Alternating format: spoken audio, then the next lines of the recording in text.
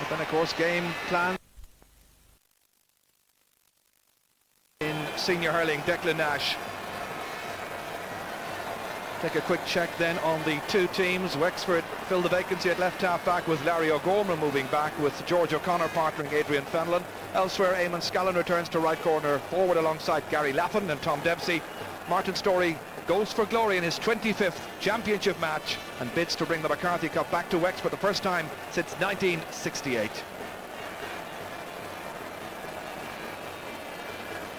So a check on the opposition. And this is the same Limerick side which started against Antrim in the semi-final. New to the All-Ireland stage are four players: Sean and Owen O'Neill, Mark Foley at wing-back and Barry Foley in the half-forward line. The skipper Kieran Carey bidding to be the first man since Eamon Grimes in 1973 to return the Liam McCarthy Cup to Limerick. Indeed, he's promised it'll be in his native Patrick's Well by 10:30 tomorrow night. Oof. The cameraman tried to get the best possible picture, but it's all a bit chaotic. And that on the weekend when Michael Duxie Walsh of Kilkenny won his 12th successive Girls Sport All-Ireland Senior Softball Singles title at Croke Park here, defeating Walter O'Connor of Meath 21-13 to 21-11. Well, that was last night. This is today, and this is what it's all about, the 109th All-Ireland hurling final, where there's hardly a real favourite. Each county has lost its last three All-Ireland finals. Dave Mahidi there, just instructing the players who are going to start the match to pose for the photograph.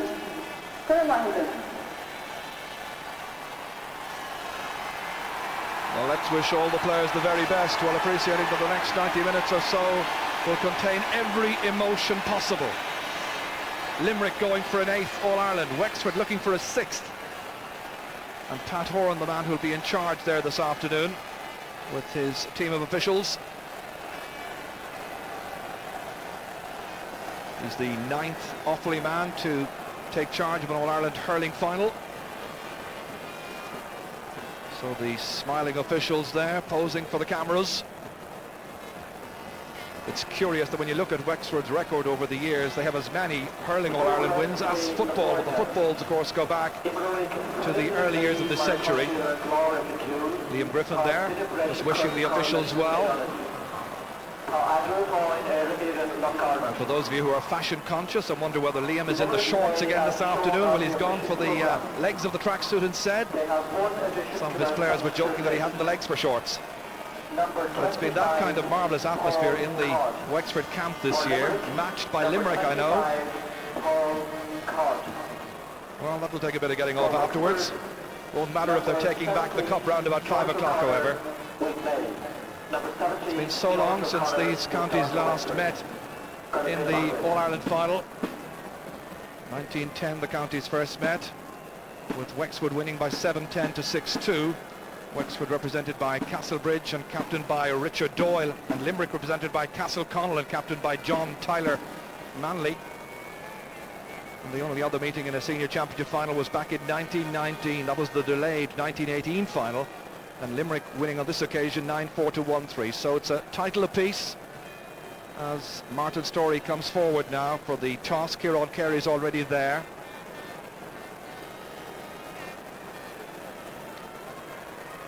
So cool heads required here in the heat of battle.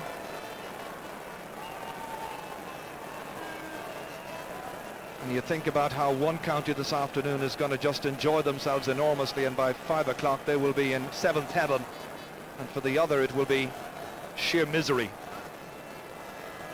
So let's see who wins what. It's Kieran Carey has won it, and I think he's opting to play from left to right in the first half as we look across. There's a slight breeze blowing down the field. So then the toss has been made here at Croke Park for the senior final. A final word here on our panel from Gerlach Nana, Michael Dignan, about this. Ger, one thing that struck me watching the two teams run out onto the pitch, Limerick looked very tense. Limerick are really hyped up for this game, very, very tense. It would seem that Wexford are a bit more relaxed. Now the danger time is now. You know, they came out, there's 20 minutes to go from when you come onto the field to when the game starts. Yeah. So there's a great chance they'll have been distracted or losing your concentration. And this is where the captains come in. I think their role now will be vital, because keeping your concentration and diverting all your energies into half-3, that's the crucial thing. Okay. And whichever team does that best will play best. Want to put yourself and Michael Duignan on the line now. Final prediction. I think the hunger that Limerick have and the desire they have to make up for 1994, I think that if they channel it in properly, I think they'll carry the day. Well, Michael Duignan, you said earlier that Limerick's campaign all this year was to get them here to this day. Do you go with Limerick? No. I couldn't agree with Charlotte now anyway. I go with Wexford. I think that if they can reproduce the form they showed against us, I think that they'll win the game. The only thing I'd say danger is that Limerick's goal scoring potential is huge, and Gary Kirby is going to score a lot of points, and if Limerick get a few goals they'll be in it, but I think that Wexford overall are a better balanced side, and I think they'll do it. Okay, Michael Duignan says Wexford, Ger Loughnane says it could be Limerick. I think there's a good possibility of a draw this afternoon. Let's go back again to Ger Canning. Well, that would be the first time since 1959 that it was Kilkenny and Waterford, of course. So as Ger was saying, concentration now at this stage to be focused on the throw-in at 7:30. They're lining up to meet Her Excellency the President very shortly. And our analysts and pundits going down along provincial lines, as it were. And Tomás Mulcahy alongside me. You have a fancy for Limerick as well, I know. Yes, just a slight fancy, Ger. I think that the whole lot of the forwards are going to have to play very well today. Just a slight fancy. I think Wexford are a very, very good chance indeed, but I have a slight favourite for Limerick. Her Excellency, President of Ireland, about to be introduced to the players, accompanied by GAA President Jack Boozman. Mrs. Robinson now pausing.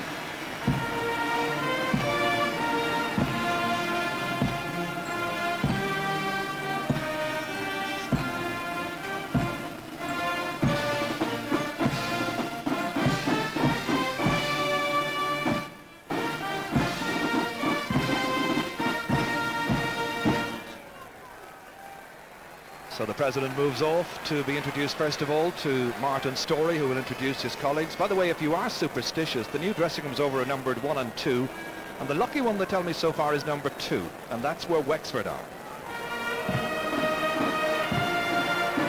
So first of all, it's the team captain, Damien Fitzhenry. Colm Keogh there, who will be right cornerback this afternoon. Big Ger Cush from the Neaverna club, and then John O'Connor. That's Liam Dunn and Larry O'Gorman, Adrian Fenlon, and the unmistakable figure of George O'Connor, then Rod Guiney. That's Rory McCarthy there, Larry Murphy, Eamon Scallon then, the corner forward, Gary Lapham, and finally Tom Dempsey from Buffer's Alley.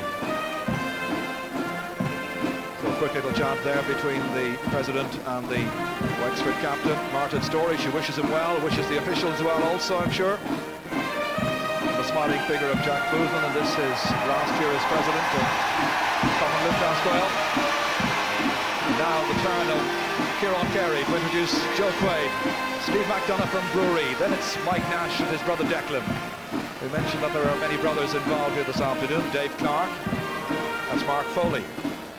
Then Mike Houlihan will be hoping to dominate his patch at midfield along with Sean O'Neill from Murrow Boher. Then Gary Kirby, the leading scorer. Barry Foley there is a nephew of Sean Foley, who played in 1973. On to TJ Ryan via Damien Quigley. And Owen O'Neill able to play, as you heard earlier on there. He passed the fitness test this morning out of the Luke and Sarsfields ground. So the President moves off. It's an absolutely terrific atmosphere here.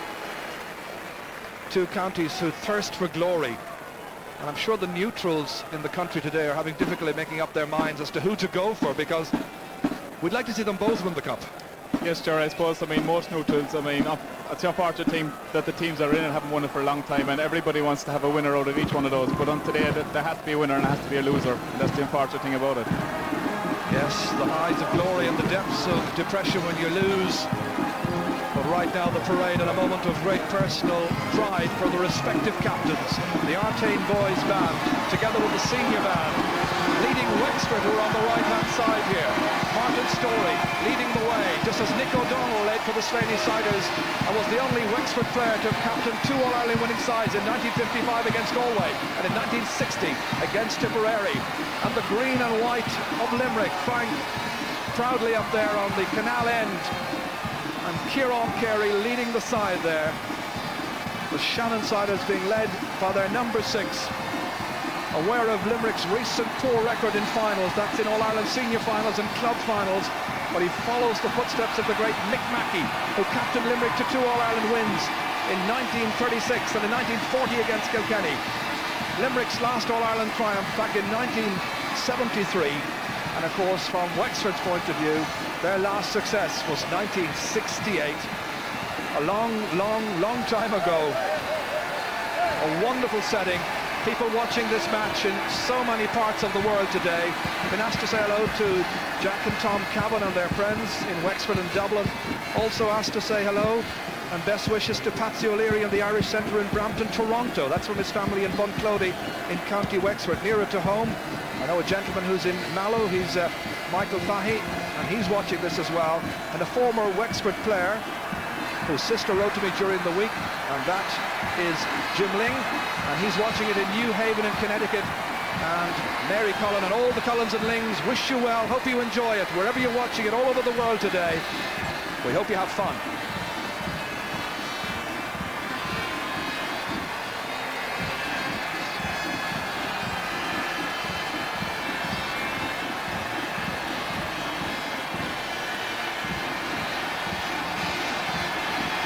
Because of the traffic congestion outside, quite a few of these people on the newsstand over there didn't make it in for the start of the minor match, which was a great pity because they missed what was a terrific game.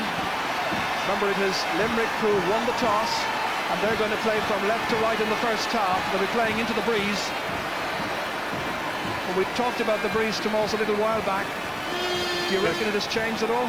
No, Gerard, I think it's favouring down the hill 16 slightly, but the battle has begun already. I think Limerick have broken away from the parade, and Wexford are intent to going up the hill 16 up to their supporters, and this is one that they will cherish. Well, they haven't been here since 1977. You might as well enjoy it. Exactly, yes. They're going to enjoy this one. I think Limerick are very tense. We were talking about this a little while ago. And now, which approach would you prefer to be in if you were a player out there? Would you be one of the people who broke away, tense, anxious to get on with the business, make up for 2 years ago, or just have a good time and relax and enjoy yourself like Wexford? I mean, I'm amazed looking at Wexford, they're so relaxed. I mean, Martin Storey introducing these players, their president was clapping them all on the shoulder, and they look very relaxed, they're smiling. Limerick on the other side, they've been waiting a long time for this. They've been waiting the 2 years to get back here. They've been waiting in the hotel room all morning.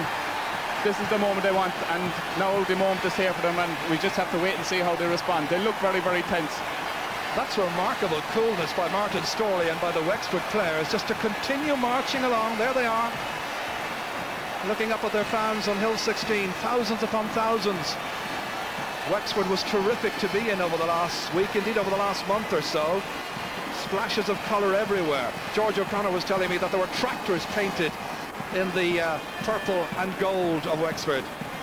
We've seen cars painted in the green and white of Limerick also here in town today. So there's the Nally stand top left, onto the Hogan stand, the old section of Croke Park mingling with the new.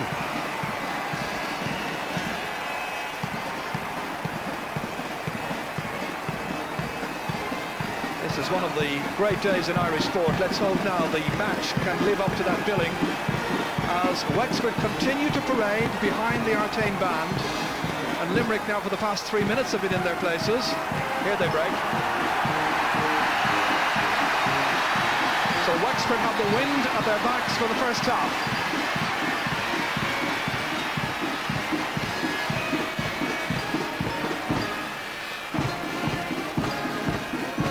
So a quick recap then on the Wexford team. The big news is that George O'Connor is drafted in because Sean Flood could not play because of a leg injury. Larry O'Gorman goes back to left half back, and George is in midfield alongside Adrian Fenlon. So lots Lots of experience in there, lots of experience in Limerick as well. But the big news is that Owen O'Neill, who had a damaged ankle, he's passed a fitness test this morning.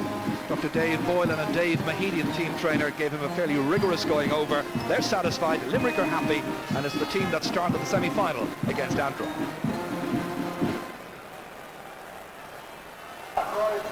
Eamon Scallon and Tom Dempsey have switched corners. Now Liam Griffin, a man with a mission, facing the tricolour, the national anthem.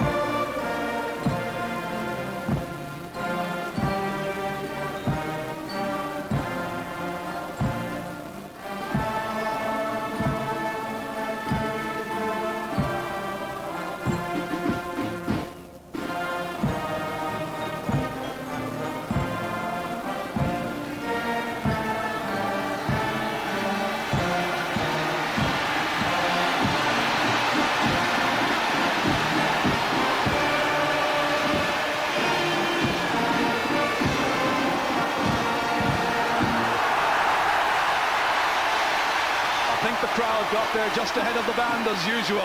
Our All-Navean is complete. The players are in the centre of the field waiting for the off. You'd expect George O'Connor, playing today in his 35th championship match, to pick up Sean O'Neill, and that's shaping up like it's the way it's going to be. Adrian Fenlon on Mike Houlihan. The band move off. It's absolutely packed to the rafters. Over 60,000 are in here in Croke Park for the 109th All-Ireland hurling final. Tom Ryan, patient and pensive as always, hoping to lead his side together with his subs Bernie Savage and Liam Lenihan, or his selectors rather. Pat Horan gives the signal. The All-Ireland final is underway. Straight away it is Mark Foley, man of the match against Cork in the opening assignment. Just a little indication there for the throwing ball. Sean O'Neill and George O'Connor are going to have a great tussle. Sideline ball to be taken here by Colin Keogh, or is it? He's going to leave it there for Rod Guiney to come back and hit.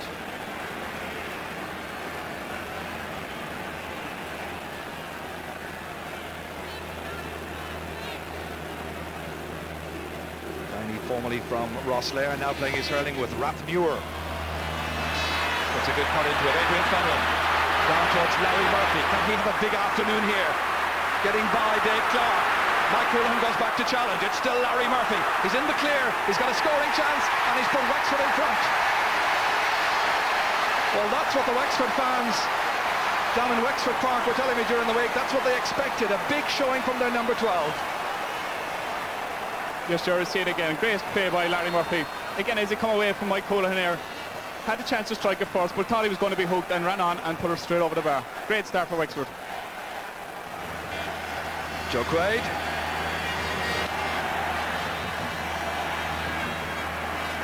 Gary Kirby under this one, with Liam Dunn, runs on beyond them. Instead it's picked up here by Larry O'Gorman, one of the great half-backs over the last number of years. Blocked down by another fine half-back, Mark Foley. That's a Wexford ball.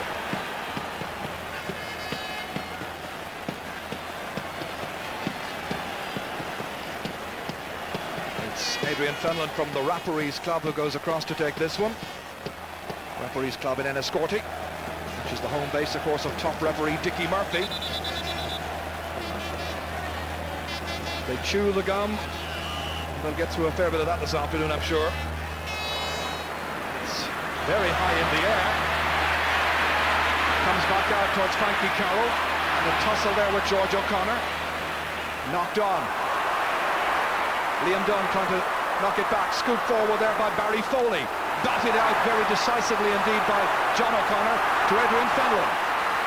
They chase in after this one, but it's going to be Tom Dempsey for pace, I'm afraid. Wexford settled down pretty well. Yes, Wexford have settled down very well, and I mean, in usual games like All-Ireland finals like this, you're going to have the first 10 or 15 minutes, they're going to be a settling down period, and that's what we're going to go through now for the next couple of minutes. Joe Quaid playing in his 13th championship match, and there's a concern about Gary Kirby. Dr. Dave Boylan is in there attending to the man with that stick. Dave on the left-hand side, who played his club hurling with Middleton. May well be a finger injury, possibly dislocated. Tom Ryan and Liam Lenihan, one of his selectors. Gary's back in business.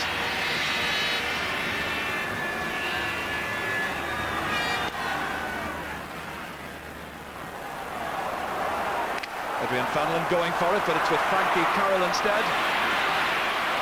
Still making headway. Stopped by Edwin Fenlon, looking for support, getting it from Mark Houlihan. Decisively inside there. Runs on towards TJ Ryan. Trying to get it up onto a stick. So too is Colm Keogh. Keogh is a very good tackler. Not a good clearance. After Frankie Carroll. Keogh's the second chance to make the clearance. Out by Jerk Hush this time. On the Wexford fullback. Completing the clearance. Edwin Fenlon leaving it behind, but he's got support through Larry O'Gorman. Against three Limerick men. One of them is Dave Clark. A huge one in towards Damien Quigley. The other Damien is there followed. Damien Fitzhenry. Long clearance downfield. Kieran Carey goes up there majestically to take that one down with the left hand. Swinging it across here. Referee says play on. It's taken by Edwin Fenlon, one of the other midfielders. This time for Wexford. Inside it goes towards Gary Lapham. Again it's Kieran Carey. Magnet-like, getting it back onto his stick again. This time switching it towards Barry Foley. Rob Guiney in there alongside him. Guiney has it for Wexford. Again down into the corner. And Gary Lapham doing well to keep it in play. Towards Eamon Scallon. Comes out again to Kieran Carey. Again a repelling clearance. Down to Gary Kirby. He'll hit it on his right-hand side, and Liam Dunn was expecting that. Went in to block it down. Got in tight on his man. Again the clearance down towards Tom Dempsey's corner. Limerick at 6s and 7s in their full back line just at the moment, and that one has gone wide. Second wide. Tom Dempsey now 31 years of age. He's been playing for Wexford at inter-county hurling for a fair long time. He was only 11 when he first played at under 14.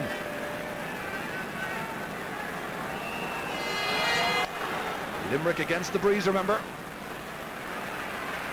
George O'Connor under it. But it runs on towards TJ Ryan for Limerick. Scooped inside nicely here towards Barry Foley. Foley goal, great hook by Rod Guiney. Still Foley, trying to make progress. Out it spills towards Liam Dunn. Trying to get on the right side of TJ Ryan, supported over there by Rory McCarthy. Appeals all around, and it's going to be a line ball for Wexford. Yes, sure, there's twice Wexford now, and the last two attacks, Frankie Carroll had an opportunity before that to put the ball over the bar, and he was hooked by a Wexford player. And again, you see it here, great defensive play.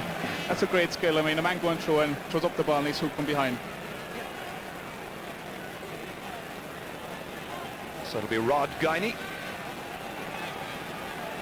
Great stories about how Liam Griffin, when he was at one stage coming back from a match in Croke Park, and so many Wexford fans were frustrated, he put up a sign, hurling practice tomorrow, and the Guineys came along to join him at a very young age, and here he is now playing in the All-Ireland final.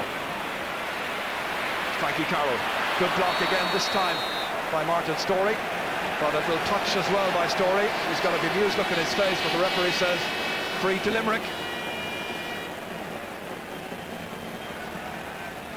Rory Storey, as they call him.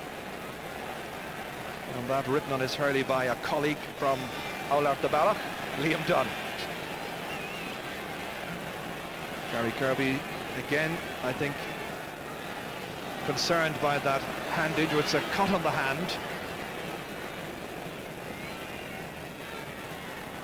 Gary so important to this Limerick team. The free is just inside the 65-metre line. And he wants George O'Connor back the requisite distance. Should be back 20 metres from a free, of course, in hurling.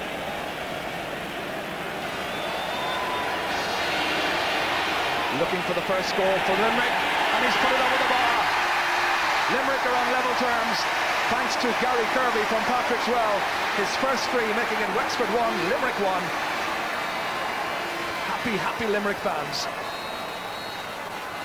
It was a great score by Gary Kirby, but he seems to be a bit anxious about his finger, Ger. There seems to be a bit of blood spilling out, maybe from his index finger, and hopefully that won't prevent him from finishing on in the game. Tuck out, drops number 40. Batted out by Kieran Kerry towards Sean O'Neill. Driving it forward towards Gary Kirby. Runs on. It's with Larry O'Gorman, now with Rod Guiney. Mark Foley was fumbling initially, then pushed in the back by Rory McCarthy. That could be a very interesting tie indeed between McCarthy and Foley. Man of the match, of course, in the last game against Wexford. Here it was Mark Foley fumbling, then he went back, and then getting the push into the back for his troubles.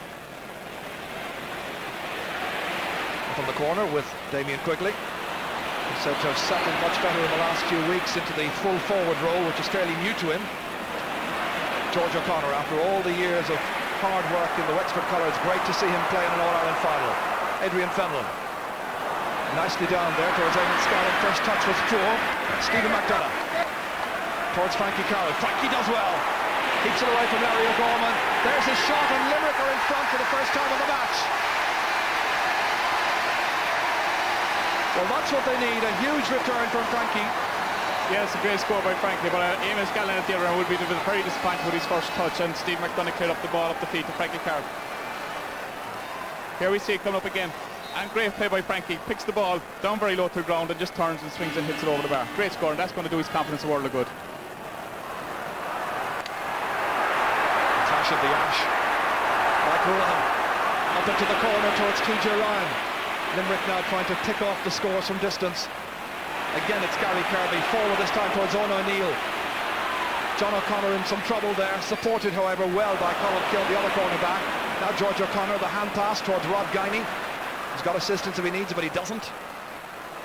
Down towards Gary Lapham. Gary, who's with the army, swinging the stick and putting it to the right. Three wides now for Wexford, delays by Gary Lapham, based in the Curragh, where he works as a carpenter with the army.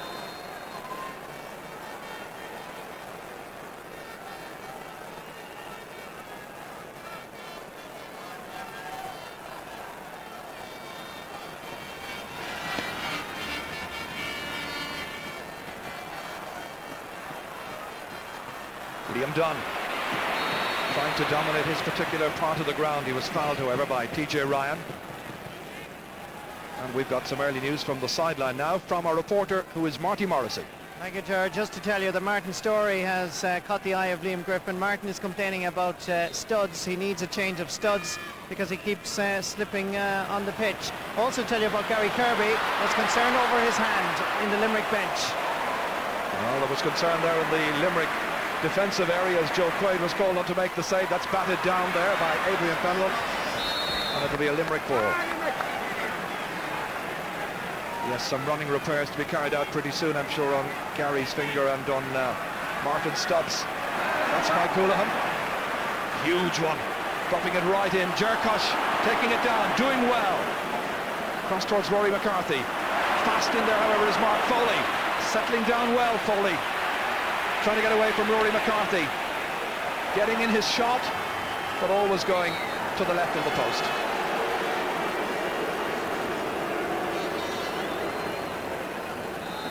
I think, Ger, some of the Limerick supporters there are shouting maybe to look for a free, or they push maybe a jerk push on Damien Quigley at that stage. But I don't think that's the type of ball Damien Quigley is going to be looking for today. A high ball on top of a big man like jerk push is going to suit jerk push.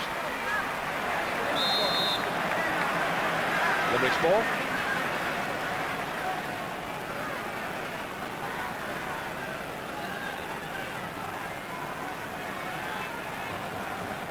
Once again, Mike Houlihan going back to take this one. Played here in the All-Ireland Club final against Sarsfields for his native Kilmarnock, of course. Disappointed that day, disappointed in '94, looking for a third time lucky as Mark Foley, or Barry Foley rather, gets in here. A colleague of Patrick's well, and he makes it 3 points to 1. Very much new to the scene. Barry in just his 5th championship match.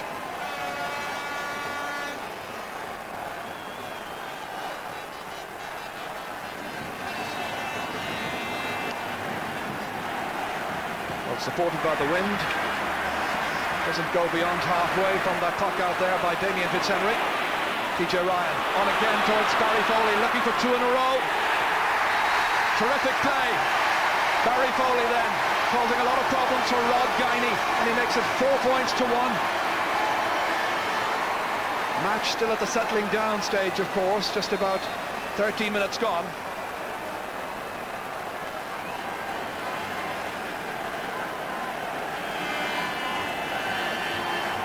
You know, Limerick will be delighted that players like Barry Foley and Frankie Carroll are off with the scores already. Everybody in the half-forward line has scored so far.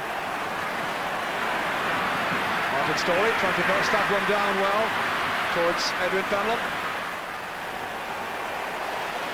Drops in to the waiting arms of Joe Quaid. And now a chance for Limerick to launch a counter-offensive. Rod Guiney again in some trouble over there. And here comes TJ Ryan. The hand pass forward there towards Damien quickly. A promising situation here. He's got support inside. Didn't need it. Took his point from an acute angle. Well, Wexford may have got the first point, but that's the only one they've got so far. Limerick have come back with a vengeance. This is the latest one here, and they had a man over, and they also had Owen O'Neill waiting there, claiming that he could have probably put it in the net if he got that ball, but didn't do so. Yes, sure. Maybe if Damien had caught the ball first time, he would have had a goal chance. But again, a great start for Limerick. Michael Houlihan under it. So too, Stephen McDonough. Little deflection there from Eamon Scallon, I thought, but it's going to be a Wexford ball in any case. I think, Jerry, as you said there, the encouraging thing from Limerick is that 4 of the forwards have now scored, and they're not too dependent on Gary Kirby at this point. Well, this was the question we asked yesterday, of course, in that discussion in Sports Stadium, whether they could win an All-Ireland dependent on just one man. They started well, but there's a long way to go. Here's Adrian Fenlon. Deep one inside there to cause problems, and again Joe Quaid didn't even take it into his hands that time. It was Tom Dempsey who was in trying to apply finish. Again it's Barry Foley who takes it, and Rod Guiney's had a torrid opening to this match. Kieran Carey trying to be dominant there against Martin Storey, captain against captain. Now Tom Dempsey, 3 players against him. Declan Nash scoops it away.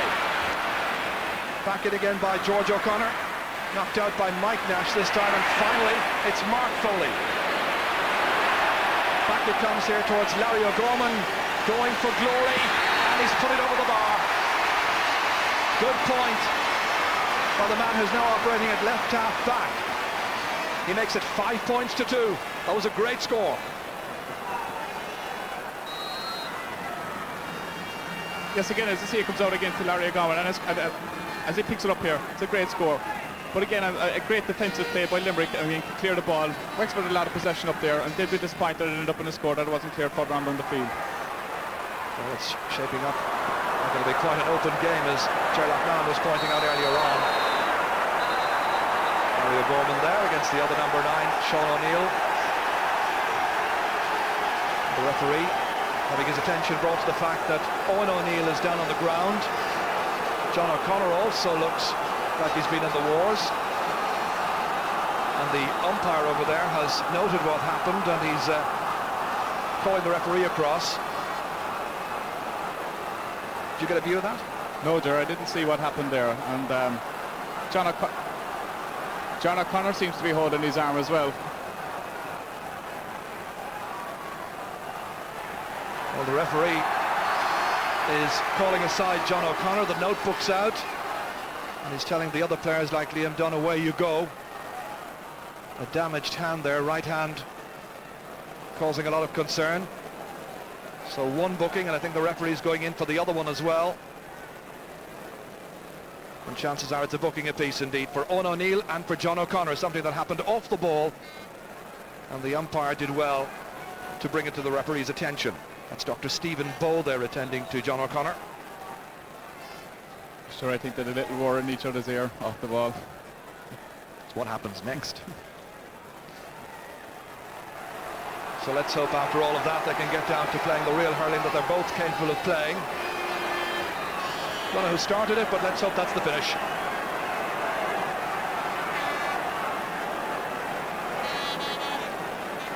In the middle of the field, the referee is also booking Mike Houlihan.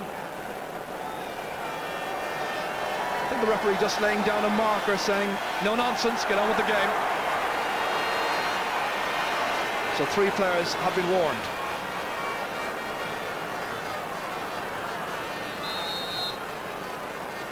And play will continue with a free to Wexford, which there has just been booked. John O'Connor will come to take.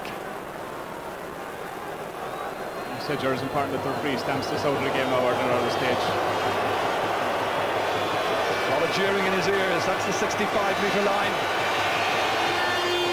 John giving it everything. A huge one, accurately put between the posts and over. A great free by John O'Connor from a huge distance out, and it's 5 points to 3. He'll be a great deal happier now, I think.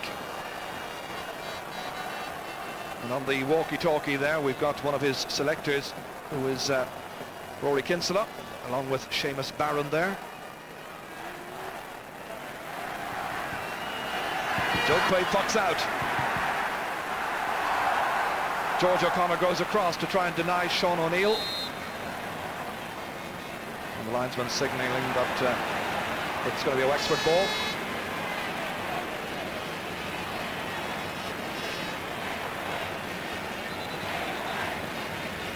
Rod Guiney coming up to take it. Kieran Carey against Martin Storey. Next it's Gary Lappin against 2 Limerick men. Knocked in there. Larry Murphy's in there challenging Tom Dempsey as well. And it's a goal for Wexford. And Tom Dempsey scored. Wexford are back in front. 19.5 minutes gone in the first half. And Tom Dempsey gets his 2nd goal in the championship. Here we see it as the full forward, Gary Lappin away out the field, lobs a high ball into the square. The defenders go for it, Tom Dempsey waits behind and watches for the break and finishes to the back of it. But Joe, we've seen it in the last couple of occasions there, the high ball gone into Limerick square seems to be causing problems. And you get the feeling that both sides are well capable of scoring goals, as we've seen so many times in this year's championship. That's Barry Foley. John O'Connor against Eoin O'Neill. O'Neill tries to dispossess him, gets assistance there from Colm Keogh. Oh, brilliantly taken by Rory McCarthy, but he stepped over the sideline, and Willie Barrett, the linesman here, had no doubts about it. Well, that goal should really set up this match. Now, this was a wonderful catch, terrific athleticism, but he did step over.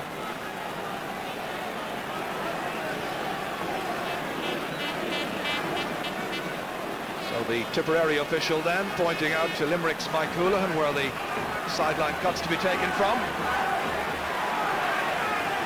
Limerick trying to draw level here then. After nearly 21 minutes play. Wonderfully cut inside. Great save by Damien Fitzhenry. Dropped hitting it away to the centre of the field. Kieran Carey wins the race. Here he comes again. Remember the point he got against Clare. Will they ever forget it? He's got another one here. Level for the 2nd time. Kieran Carey's first point. It's a good recovery by Limerick after that goal by Tom Dempsey. It's a great score by Kieran Carey, and I'm sure Limerick supporters will be loving to see him coming forward like that. Dave Clark gets it the 2nd time. Good supply of ball inside towards Eoin O'Neill. But this time it's Liam Dunn who's back. Towards Adrian Fenlon over his head. Clark was coming again. Larry Murphy tried to hold him off. Stalemate in the centre of the field. Kicked forward there by Mike Houlihan. John O'Connor, quick off the blocks. To George O'Connor, his brother. Next, Larry O'Gorman. It's anybody's match. Towards Martin Storey. Storey cutting it away from Sean O'Neill, succeeding, putting in the shot and putting it over the bar, and Wexford are back in front again. It's terrific. Storey's first point. And I'm sure Martin has said to him, if Kieran Carey can do it, why can't I? Martin Storey in his 25th championship match.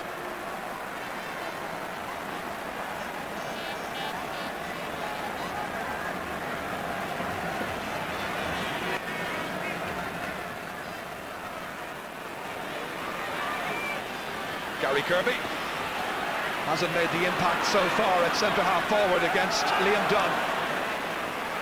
Larry Murphy putting up the right hand. The hand pass outside to Rod Guiney, and has settled down now more into this match. A huge delivery down there. Some work for Joe Quaid to carry out. Good goalkeeping, standing his ground well. Next it's Declan Nash towards TJ Ryan. Ryan going in there, winning that against Colm Keogh. Good hand pass forward to Barry Foley. Foley's in the clear. Guiney's behind him, and that's gone over the bar. 3 points now for Barry Foley, and you wonder, will Wexford consider a switch here, because this man here is having a lot of the ball. He scored 3 points against Guiney. Yes, he's causing a lot of damage down that left flank, but great play again by TJ Ryan. When he was battled up, found the extra man, and a great score by Barry Foley. But I'm sure Wexford will look maybe switching Larry Gorman right on over and changing Rod Guiney off to the side. Yes, it would make a lot of sense, wouldn't it? Dave Mahidi is in there along with Dave Boylan. Dave from the University of Limerick. Well, he really did set up that point wonderfully well, TJ Ryan. Sides level here for the third time in all. And Marty Morris has got some further news. Marty? Yeah, just a positional switch there. Liam Griffin came in and told Rod Guiney to switch over with Larry O'Gorman. So Larry O'Gorman now is taking on the task of marking Barry Foley. And interestingly, Rod Guiney's twin brother, Dave, just came on and had a quick word as well. Well, Tim also predicted that just moments ago, and Stephen McDonough's in some trouble. And here comes Gary Lappin, and he's put that ball over the bar. Forward lines are on top in this match. Gary Lappin's first point. Defence is in trouble. So 1-5 to 7 points.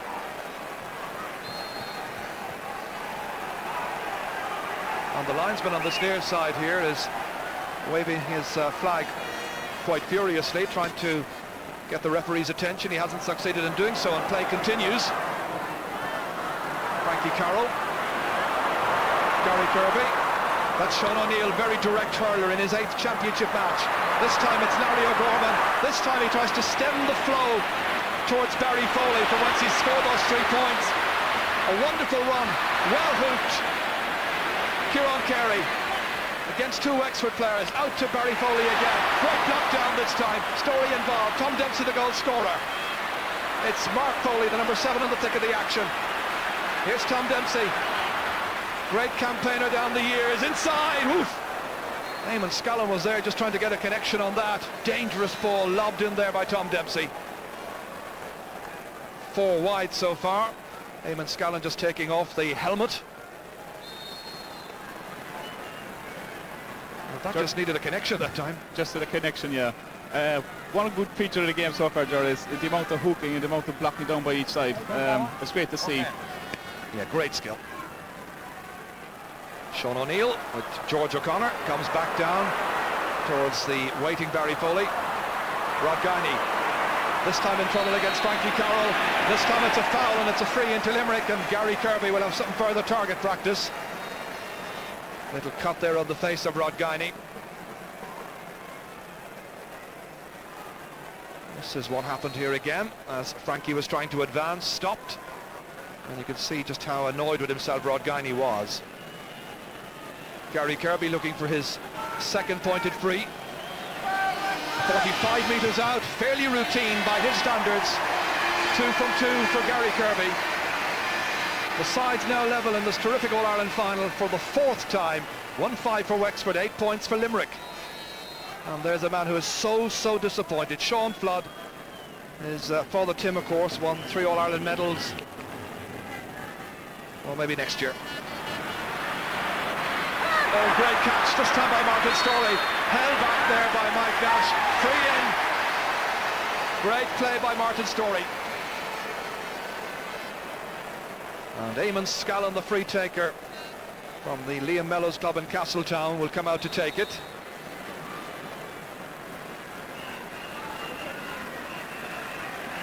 Gary Lappin waiting inside with Mike Nash.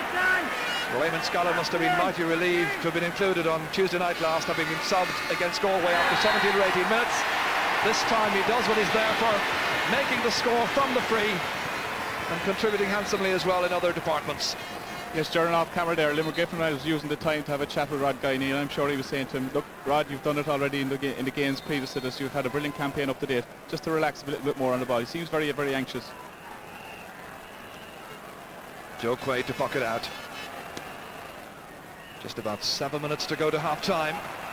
Batted down there by George O'Connor towards the waiting Rory McCarthy, who hasn't scored so far. Great play by Kieran Carey. Up it goes towards Mark Foley, towards his namesake Barry. The Patrick's Well man is on his way again. What a performance! 4 points for young Barry Foley.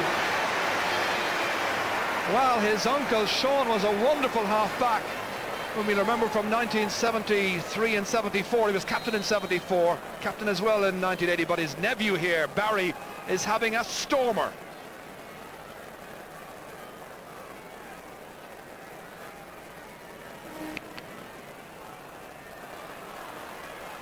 Adrian Fenlon. Beyond Dave Clark, on to Eamon Scallon, in towards Martin Storey.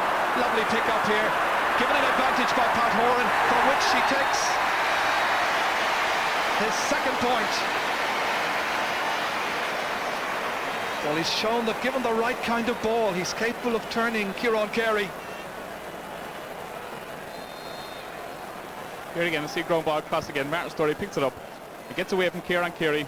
He probably was looking for a free maybe first time, but gets away with it, and a great strike over the bar. Well, the referee acknowledged it was a foul, but said play on. Good advantage. Good advantage by the referee. On by Mike Houlihan. Owen O'Neill, the next one into challenge, but very decisive play there by John O'Connor. Well, Larry Murphy's lost the stick. On to George O'Connor. Wonderful play. This is Kieran Carey. Such an enjoyable All-Ireland final. It is the hurling final, isn't it? 2 Wexford players playing a bit of football with that. This is Cherkosh. Well, those who predicted that he might be in trouble, far from it. Frankie Carroll. Towards Owen O'Neill. Oh, lovely pick up this time by Owen O'Neill. And he smashes it over the bar. His first point. So they're level for the 6th time here. And now 5 of the 6 Limerick forwards have scored. And Marty has some further news for us. Indeed. Well, I can tell you now, Ger, that Owen O'Neill is about to be taken off, and Pádraig Tobin is going to be introduced to try and quell in some way John O'Connor's dominance at left corner back.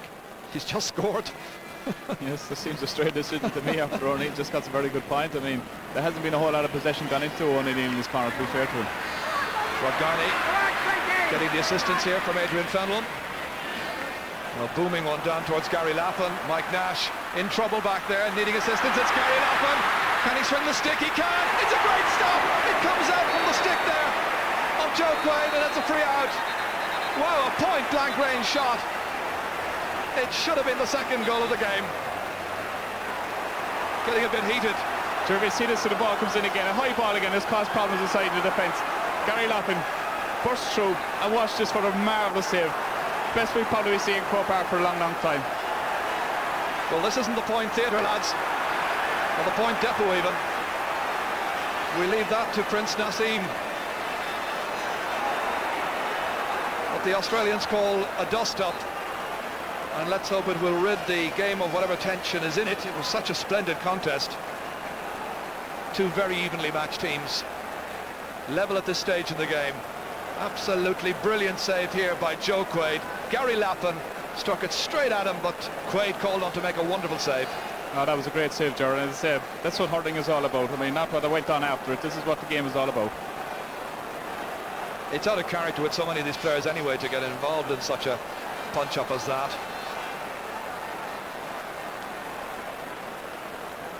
They always say using the opportunity, Jared, to release a lot of tension, maybe built up inside him. If they're trying to find a culprit here, that's a difficult enough one, because they used to say, give advice to teams, look, if there's going to be a fight, the whole lot of you get in quickly. It's Kieran Carey who's having the name taken. So now 3 Limerick players have been booked, and the referee might not be finished just yet. Calling across Adrian Fenlon.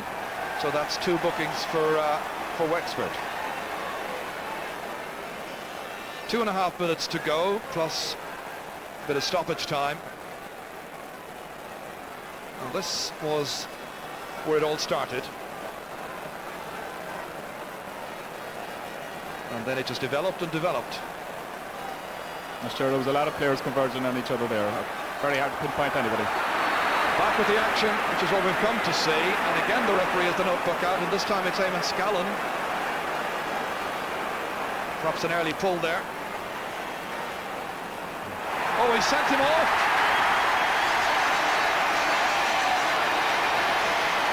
Yes, sir. I was just about to say, all it takes is a guy to lose his head at this situation now, and the referee is going to make a name for himself. He's going to maybe send somebody off, and it just happens. Eamon Scallon has been sent off in the 33rd minute of this final. We've had so much drama here. Let's have another look at this again. This is where the throw-in came. Ball, yes.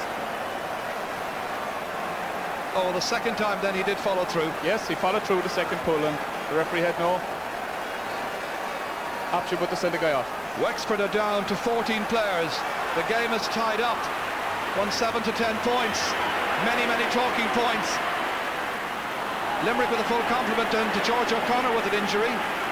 He plays on. It's with Frankie Carroll, a little block by Liam Dunn. Next it's Rod Guiney. The 14 men then fighting into the goal on the left-hand side and playing their hearts out. Tom Dempsey right at the end line. Declan Nash waiting for his brother Mike perhaps to come and take it. It's Declan instead who has it. Out as far as Mark Foley. A long ball down into the inside forward line. Off Colm Keogh, gets back, tips it away spectacularly to George O'Connor. Towards Adrian Fenlon, trying to bounce it on his stick. Keeping it away from Mike Houlihan. Into the inside forward line, where Wexford are a man down. One back by Tom Dempsey, and he's put it over. Well, that's the kind of response that Wexford have wanted at the loss of their man. They've gone back in front. Tom Dempsey with a goal and a point to his credit.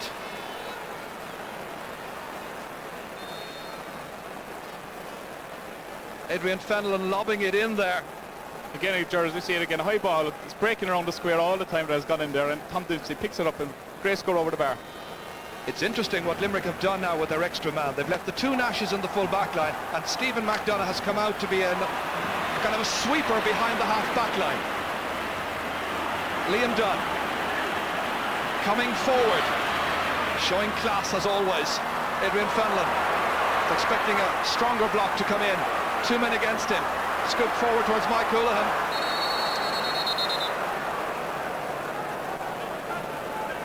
Well, it can be difficult to play with 14 men, obviously, but it can also be so difficult to play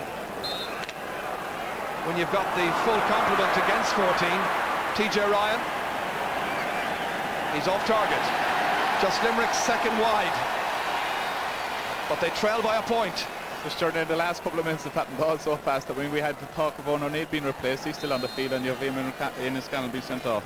In fact, Owen O'Neill has now gone to full forward in a switch with Damien Quigley, and their markers have followed them.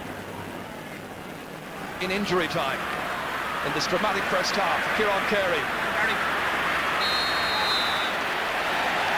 Barry Foley commits the foul. Certainly, I think packed Croke Park has enjoyed every second of this. I don't know where he is, but I do know that the Irish manager, soccer manager Mick McCarthy is here with Ian Evans, his assistant. He just wanted to be here to show Ian Evans what hurling is all about and what a terrific game it is. It'll be John O'Connor who'll take this. Steve McDonagh, the spare man with nobody to mark, is on the goal line along with Joe Quaid. He hit one huge free accurately over earlier on. Here's another one. Not the same result, however. Calling back Larry O'Gorman to go back to half back line. Larry was picking up his man, who of course continues to be Owen O'Neill. I'm sure Wexford will be happy to get in over half-time and settle down themselves after Eamon Scallon's been sent off. Wexford with 18 scoring chances, Limerick with 14. There's the half-time whistle. It's been a very good first half, lots of memorable scores. Barry Foley has helped himself to 4 points from wing forward for Limerick. Tom Dempsey got the only goal after 19.5 minutes of the first half. There was a late point by him as well to edge his side into the lead at half-time. Wexford, of course, down 14 players. Eamon Scallon having been sent off. Half-time position, it's Wexford 1-8, Limerick 10 points. And here's Marty. Liam Lenihan, Limerick selector. Your thoughts at half-time now? Oh, it's just as we expected, Marty. Very, very tight, very close. And the second half is going to be the same, very tight. You now have numerical advantage for the whole second half. Is that going to change your plans? Well, obviously we'll have to study that very closely at half-time. And we'll obviously have a man loose, so where we play him now, we'll talk about that at half-time. Do you think the referee was right to send off a player? Well, I have a policy, Marty, of never commenting on a referee's decision, because it's a difficult job. And they're there and they see the action and they saw exactly what happened. You're still going to win? Oh yes, we're going to win. Thank you, Liam Lenihan. Yes, well, what can you say about that 35 minutes of hurling? For a half an hour, it was one of the most exhilarating games that we've seen for a long time here at Croke Park. And then suddenly, for 5 minutes, the whole thing has degenerated into a nasty brawl. But half-time just could not come quick enough. Hopefully, the opposing team mentors will settle this thing down and we can return to the kind of hurling that we had been enjoying before that here at Croke Park. We take a break. We'll be back to talk about that first half with the panel after that.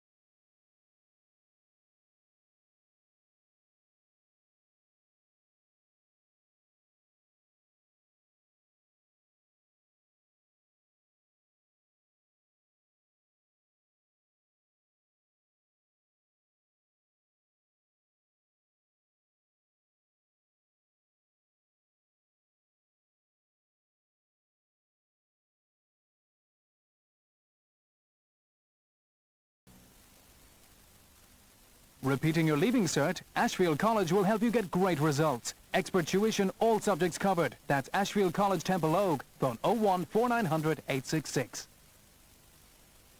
For higher performance at a lower cost, insist on Hala forklifts. Free phone 1-800-211-212. When it comes to the big event, travel in Ireland in comfort and style with Intercity. Here in Road Arrow, we're here to take you there.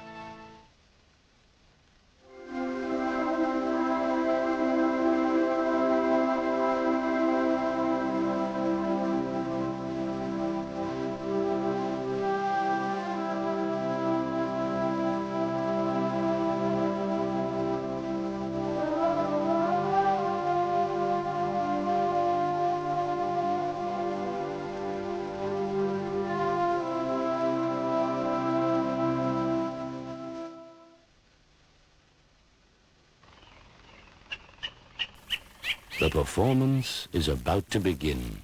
The IFI collection of fertilizers.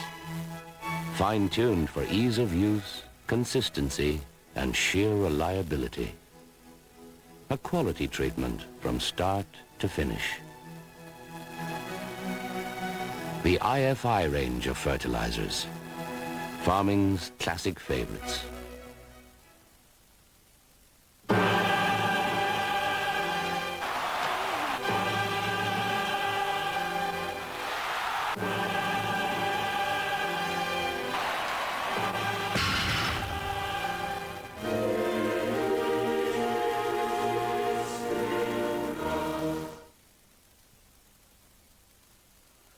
When you choose Dulux Weather Shield, your house will look good and stay protected year after year.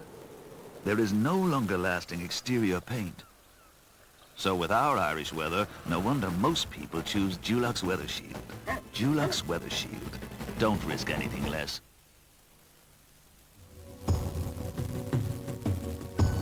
It isn't just any home. It's your home. So why settle for just any mortgage when you can have an Irish permanent home loan with a rate that's hard to beat and repayment schedules to suit you and your family? There's no application fee and no legal fee payable to Irish Permanent. It's no wonder more people choose a permanent home. Call 1-850-500-121.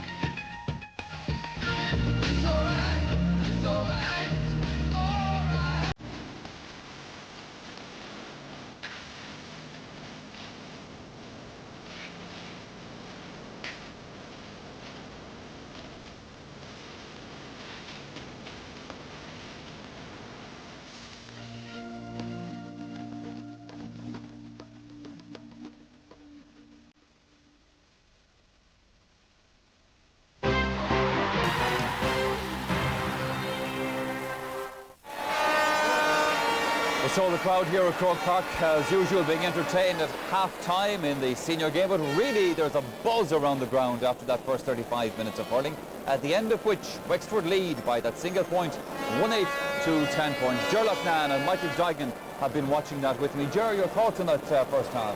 Well, the game started off with a ferocious pace, with fierce physical exchanges all over the field for the first 10 minutes. No scores or no chances of scores, with very tight marking.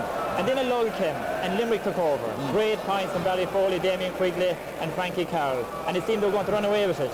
And then after about 18 minutes, Mike Hoolan made a rash challenge there in the middle of the field. John O'Connell scored a point. After that came the goal. And from then on, it's nip and tuck. It's a great game with great scores, apart from that incident just before half-time. You mentioned the goal, Michael Duigan, here it is.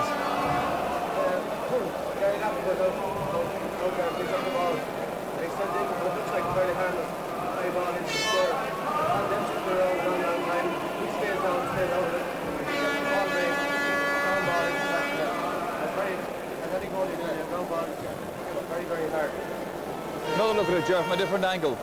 Yeah, the ball comes in. Larry Murphy inside the edge of the square didn't catch it. It fell down. Tom Dempsey and the ball in the net. Very hard to stop a ball like that. Yeah. But really, when you think of it, the save that Joe Quaid made later on was the highlight of the game so far. A brilliant save. Okay, now we're just changing a microphone on Michael Duigan at the moment. While we're doing that, Ger Loughnane, let's have a look at the sending off incident. Well, no question about the sending off incident. Now, on its own, it mightn't have been so bad, you know, but it came after a fracas between a whole number of people. And the referee felt that he had to take control. Otherwise, the game would get out of his reach altogether. So it was a very wild stroke. He's a very inexperienced player. You hate to see him going off. Sure. You hate to see something like that happen. And you feel for the player. It was just the hype, the excitement of the moment. He got caught. He was sent off. No question about it, but he had to be sent off. But it was a result of what happened later on. Michael Duigan, the referee has really done his best in what has proved to be a difficult circumstance in this match. Yeah, on an Ireland final, the first 10 or 15 minutes is always going to be tough.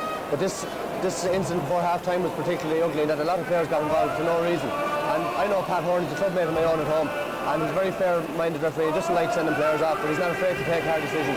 And he had to, as Ger said, aiming the stroke wasn't that bad on its own, but he had to take action at that stage. And it's very unfortunate to see a player being sent off in Ireland, but that's the way it goes. Well, Ger, apart from that melee, there was so much to admire in this first half of the match, not least of these 4 points scored by Barry Foley. No doubt about it. We were talking about beforehand about some player coming out of the pack and producing a big display. Well, this is the rabbit out of the hat, Barry Foley. He has scored 4 points from play. He's running all over the field. He gave Rod Guiney a torrid time in the first 20 minutes. Larry O'Gorman went over on him and he scored another point off Larry O'Gorman. He's having the game of his life. It's a dream for him. And 4 points in the first half, not bad. Let's look at this save again. This is this brilliant save by Joe Quaid. Well, this is an incredible reflex save. Now, he did in the semi-final from Johnny Caston against Antrim. But, I mean, he has no time to think of it.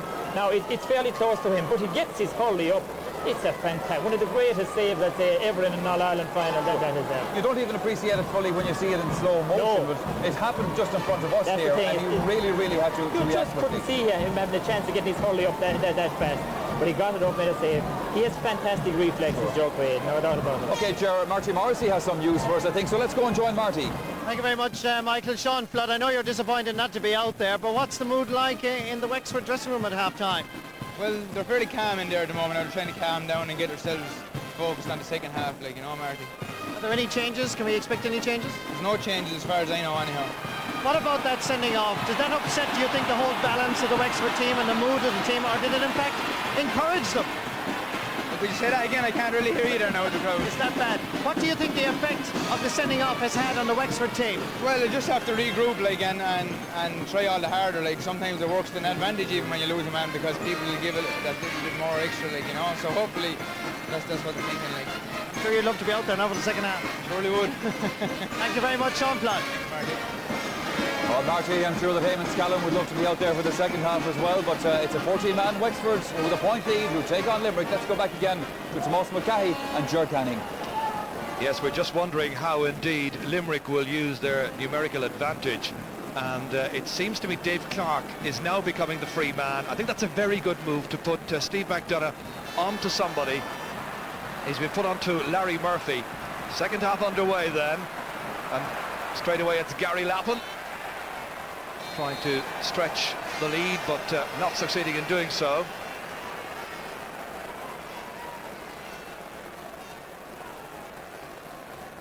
Yes, that was an absolutely wonderful piece of goalkeeping by Joe Quaid. Save that we watched time and time again.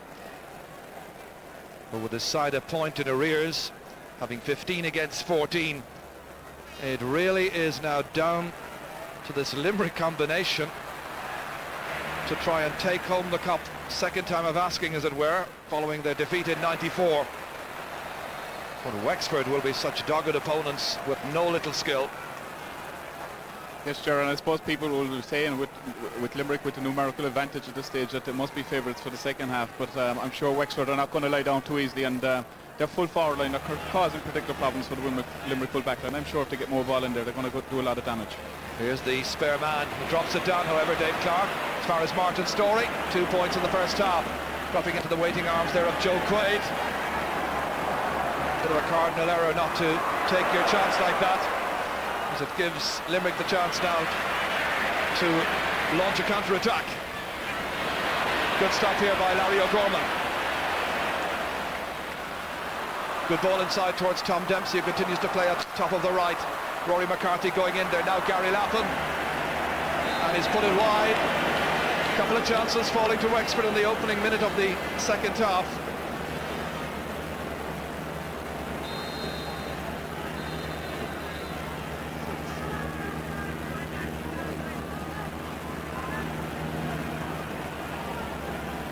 Mike Nash there, and certainly there's a little concern about a leg injury, I think. Not moving particularly freely. Batted down by Liam Dunn. I think Limerick will be hoping to get a bit more out of Gary Kirby during the second half. He was certainly off colour during the opening 35 minutes. That's George O'Connor back there, foraging. Ger Cush popping up here at right corner back. Inside, Gary Lappin, well away from Mike Nash, scoring chance, and well topped over the bar.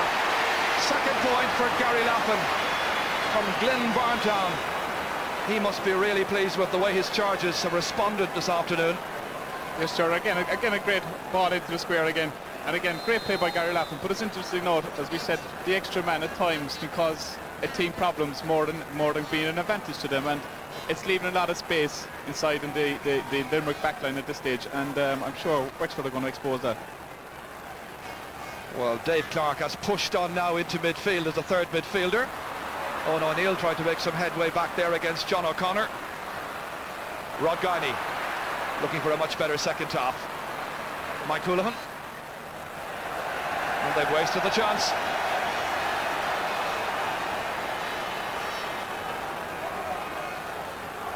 Doesn't look terribly pleased at this stage.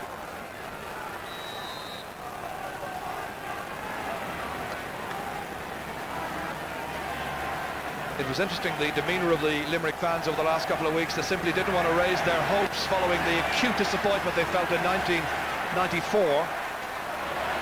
And they will be so bitterly disappointed if their side cannot beat a team with one man more for all of the second half. At that time it's going to be a free up to Wexford. Player going down there was Colm Keogh. And the referee has a word there with Owen O'Neill.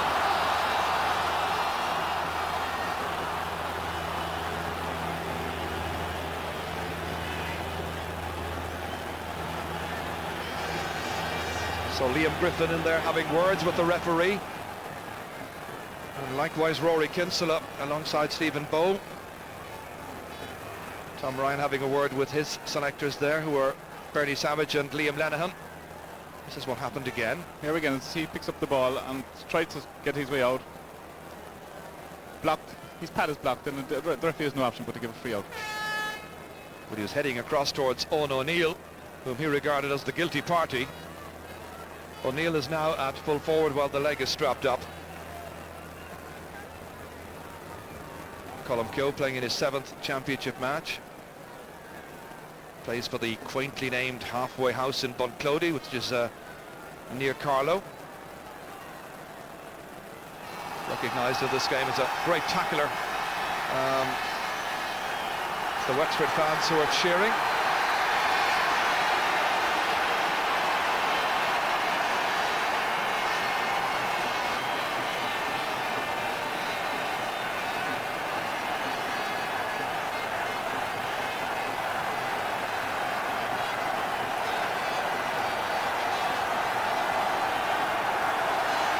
Sub warming up on this far side of the field there for Limerick. That's Porrick Tobin, who might come in at full forward.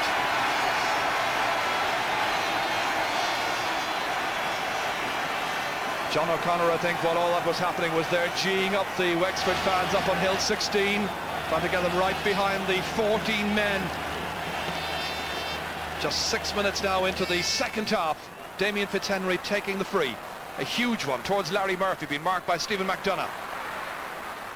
Scooped inside towards Adrian Fenlon.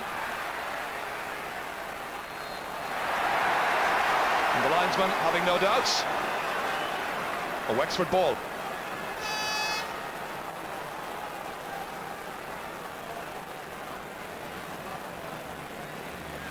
Adrian Fenlon going across to take it. But Wexford leading by 2 points. And that was left there by Stephen McDonagh, went harmlessly wide. It's the 8th wide for Wexford, the 3rd of the second half. Limerick with just 3. The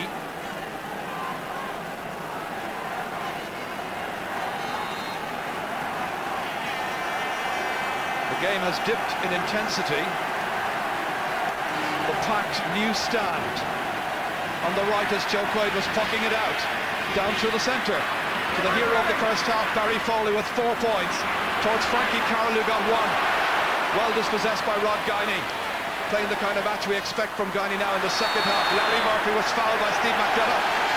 There's a free up to Wexford. Larry, who got the first point in this All-Ireland final. Dave Clark, the free man, not having anybody to mark. So he's switching between midfield and the half-back line. They haven't really made any use of their extra man. Yes, sure. So I mean, there's about 7 or 8 minutes gone in the second half, and the impact of the extra man has been little or none, and I'm sure that's a cause of worry to Limerick as well. Meanwhile, Tom Dempsey, minimum of fuss, but Gary Lappin was in there in the small rectangle as that ball was coming in. Free out.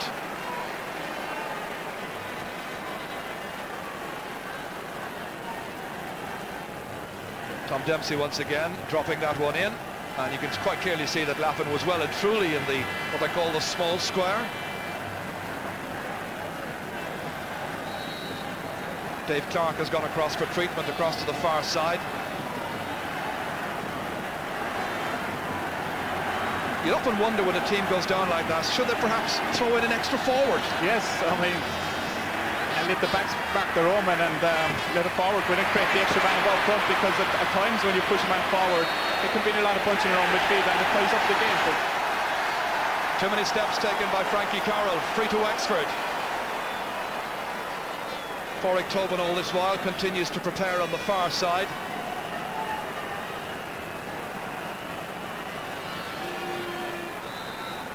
Well, is there a change in the mind there of Liam Griffin?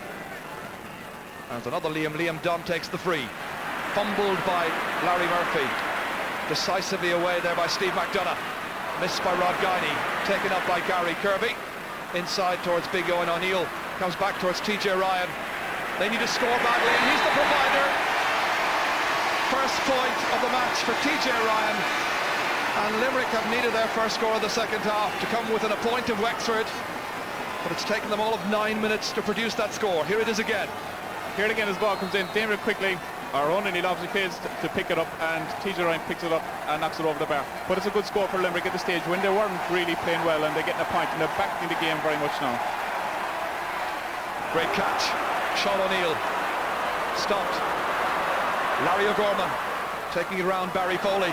Good ball inside, but back there minding the house as always. Safe and sound, Declan Nash.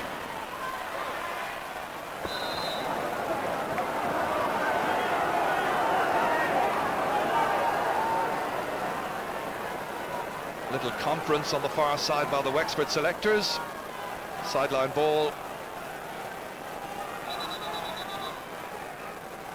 You just wonder as well how much of an effect that sending off had on both teams. I mean, in All-Ireland final to see a man sent off is not something. It's an awful pity. An awful thing, yeah.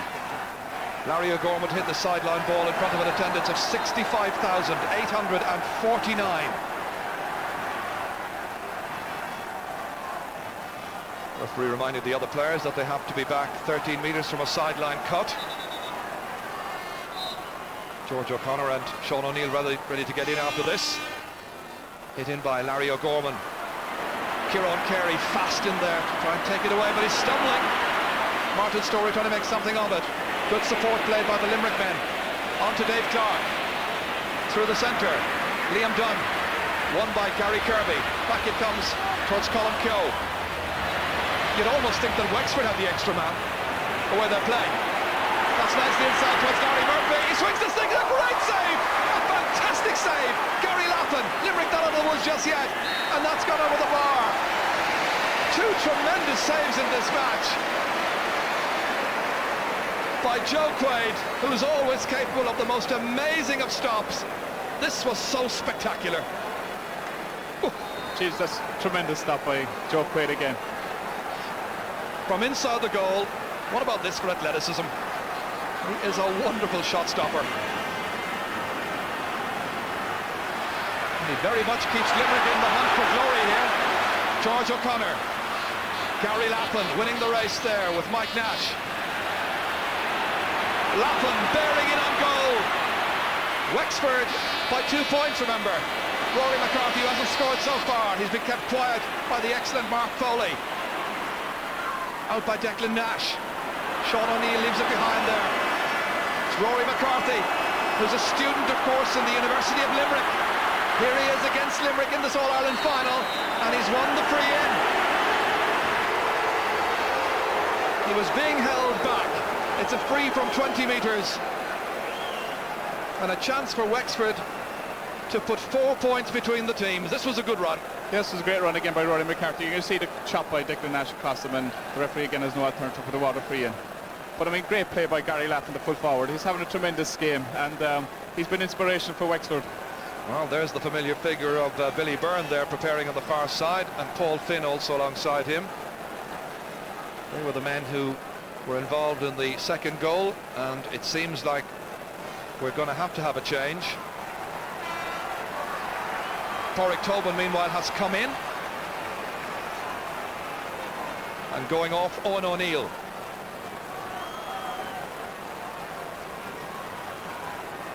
So the man in the green helmet, Pádraig Tobin, is in. The free is to be taken by Tom Dempsey. Nicely put over the bar. He's taken over the free-taking duties from Eamon Scallon, who was sent off 2 minutes before half-time.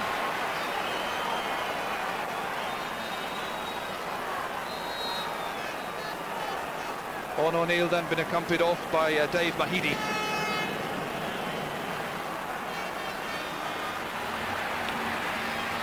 So now the questions once again are being asked of Limerick here. Rod Guiney knocking it forward only as far as Mike Houlihan. On to Dave Clark. Well stopped. Damien Fitzhenry. And he was fouled late there by Pádraig Tobin. Tobin caught him after he made that clearance, but he's up on his feet again, and Larry Murphy has it. Here's Larry Murphy for Wexford. He's got support inside. Gary Lappin. Lappin to Drenstrike, and well blocked down there by Steve McDonough. Kieran Carey coming in next. Well, the Limerick backs there, coping magnificently. Down it goes. Rod Guiney lets it go over his head. It runs on towards TJ Ryan. A point to his credit so far. Now being marked by Colin Keogh. Low ball inside John O'Connor. Against Podge Tobin. Tobin. Foley coming in, and another fine save by Damien Fitzhenry. Mark Foley was advancing with menace. Colin Keogh has it, and the game has picked up again now in the second half. After an indifferent opening 10 minutes to the second half. That's going to be a Wexford ball. There's noticeable tension all over this ground. Look at the faces. Long way to go yet. Yes, Gerard. 20 minutes. And a key thing there, the referee looked at the umpire there for that last incident when the goalkeeper was actually charged on by Pádraig Tobin, and there was no need for him to go in. In fairness to Damien Fitzhenry, he got up straight away after the tackle. Adrian Fenlon to hit this one. Such noise around Croke Park this afternoon. He misses it. Gets it back second time. Larry O'Gorman now going for the point. He's put it over the bar. A second point for the left half back wearing the number 9. A rallying score if ever there was one, because Wexford have a 4-point lead. Can the 14 men do it and bring the Liam McCarthy Cup back to Wexford for the first time since 1968? Kieran Carey has moved into midfield. Is he now to be the loose man, I wonder? We'll just wait and see on that one. They need somebody who can exert a far greater influence, because Wexford are the masters at this stage. Adrian Fenlon, another scoring chance. And that was a relatively easy one by his standards.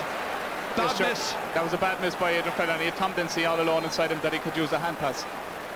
Right, a turning point of the game possibly now. I think you're about to say Kieran Carey now the extra or loose man. Yes, and we're at a stage in the game now. I think Limerick need a leader on the pitch, and Gary Kirby is struggling to get into the game. They're looking to the likes of Limerick now to take the game to Wexford. Might well be that here he is. He's going to get the chances, and he's taken the score. Second point in the game for Kieran Carey. You remember that fine rallying point in the first half, a great run forward.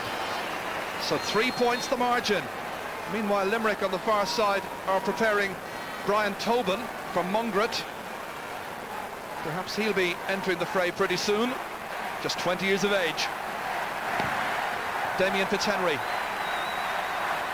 I think we're going to be in for a last great 18 minutes of this final. Martin Storey dropping it a little bit short. Quaid has it. Keeping it away from Tom Dempsey, attempting to do so. Referee says free out.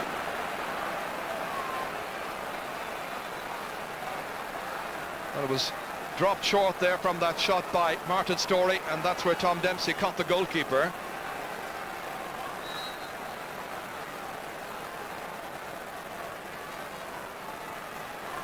Tom, I think, just wanted to hold him up, but Joe going down like a sack of potatoes there. Adrian Fenlon. This is Mark Foley. Stylish left half back. Lobbed in there. TJ Ryan waiting for it, but he doesn't get it. Well, that's so frustrating for an inside forward when the shots like that go over your head and there's absolutely nothing you can do about it. Two goalkeepers are having a great say in the outcome of this match.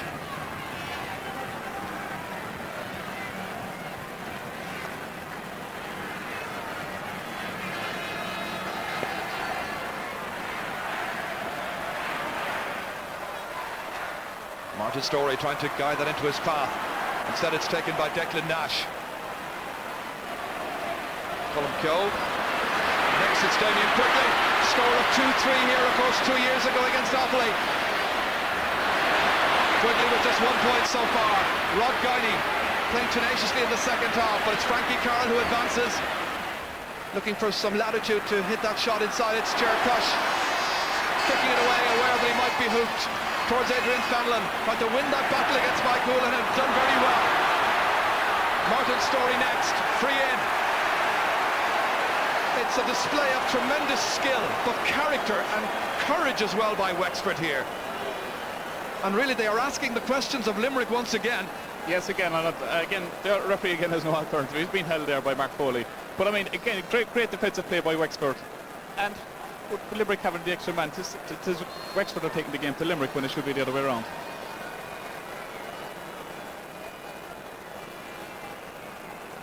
Well, Limerick have a fresh player into the fray as we anticipated, and that is Brian Tobin from Mungret. And going off, TJ Ryan. So Limerick have now replaced their two corner forwards that they started the match with. Tom Dempsey, the free taker, and he's put it over. 3 points for Tom Dempsey, and that goal, of course, after 19.5 minutes of the first half, which is so important, which has delighted the fans up on the hill. Pat Murphy, the PRO there.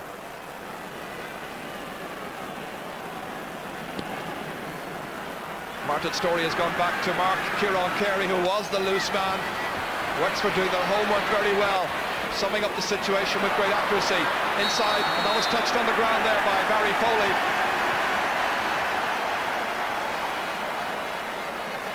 But a number of Limerick players so far in this match have not come in with the kind of big displays that you really anticipated. Yes, Gerard, if you had said before the game that Gary Crabtree was going to be very, very quiet today, nobody would have believed you. Of course, Clare last year expected James O'Connor to be the match winner. Exactly, yeah. Maybe the hand injury sustained in the first half really is giving them trouble. Possible.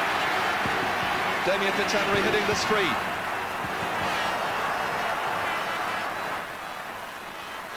So are Limerick to lose 2 finals in the space of 3 years? There's still a quarter of an hour to go. Gary Lappin, Mike Nash, Tom Dempsey taking it up next. Good block down there. It's a partial block by Declan Nash just to avert the danger momentarily. And then it was Dave Clark. He was tripped on his way out by Martin Storey. He doesn't exactly agree with the decision. Free to Limerick nonetheless. Mike Houlihan the taker.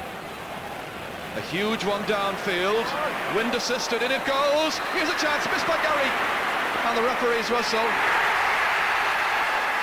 has sounded in any case, just as Brian Tobin was in there thinking that he might be the hero of the day. I'd like to see that again replayed, or what the free was for. Maybe it was infringement in the square. Here it is again. There was nobody inside in the small rectangle. Missed by Gary Kirby there. Unknown reason for me why the free was given. It's a bit puzzling, isn't it? Damien Fitzhenry will take the free. On towards Martin Storey.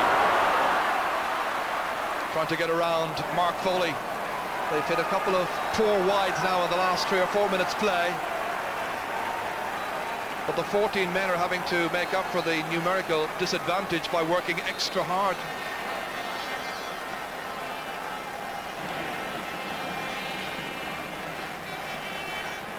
Towards Frankie Carroll it comes, got to stick to it. In towards Podge Tobin. Liam Dunn. Gary Kirby and Whitten there with the challenge. Hand passed outside towards Tobin again. And he's put it wide. They're looking a bit listless at times, Limerick. So who's going to lift this right now? As you look at the scoreline just above it, it's Wexford who lead by 4 points. Fitzhenry's puck out. The third of the Fitzhenry brothers to figure prominently with Wexford. Kieran Carey and Frankie Carroll, one-handed forward by Adrian Fenlon, backed by Mike Houlihan for Limerick. They chase and after it. Damien Fitzhenry watches it, and it goes harmlessly wide.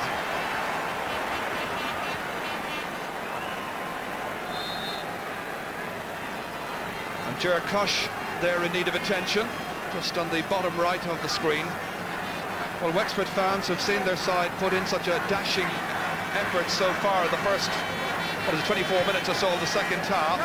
they'll be keenly aware that just one Limerick goal, one chance, and they could be right back in it. And they may do to Wexford what Offaly did to them. Yes, sir, and we've seen the last two finals. We've seen the last two finals over the last 2 years. I mean, it's come down to the 70th minute. No matter how far a team has been ahead, and again, Limerick are still winning a chance. They've got 13 minutes to go, and they're still winning a good chance. John Flavin is warming up for Limerick on the far side. Ger Cush has gone off. He's now back on again. So Fitzhenry pucks out. 11 minutes to go. Back to Gary Kirby. A huge one by Gary Kirby, but always going to the left. He hasn't been on his match this afternoon. But there's still time.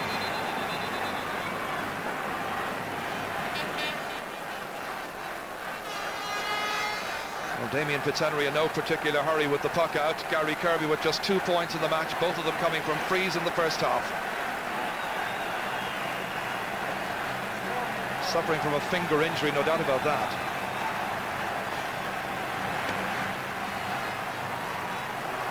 So all to play for, you feel still. Both sides capable of taking the cup. Story. And he's missed another one. Well, they could be terribly costly misses yet.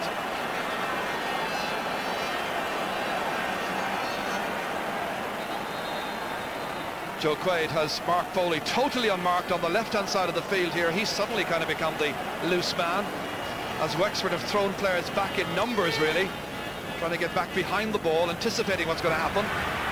Lands with Kieran Carey, drops it down. Next it's Larry O'Gorman. What a match Larry's playing. Score of 2 points so far. Fouled by Damien Quigley. Now is it going to be Liam Griffin and his team's day?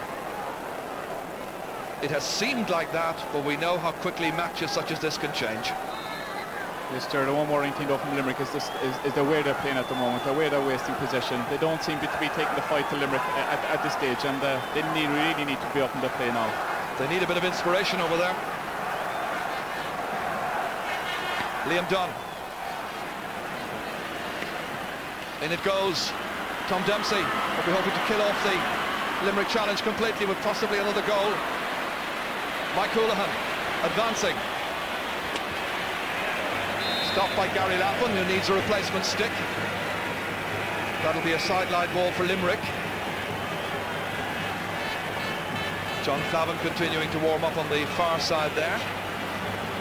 Just beyond Mike Houlihan, who's about to take the sideline cut. Towards Sean O'Neill, runs on. Barry Foley, the 4 points in the first half, now just a memory. Ger Cush back here. Good play by Ger Cush. Only as far as Kieran Carey, however. Stopped by Martin Story. Captain against captain. Outside the 45-metre line. Limerick needing the point here. And he's put it wide. Oh, the agony that the Limerick fans must be feeling right now, here in Croke Park and watching at home.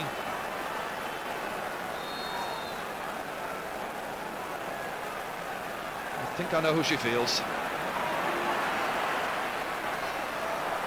Rory McCarthy, good ball inside, stopped here by Mike Nash.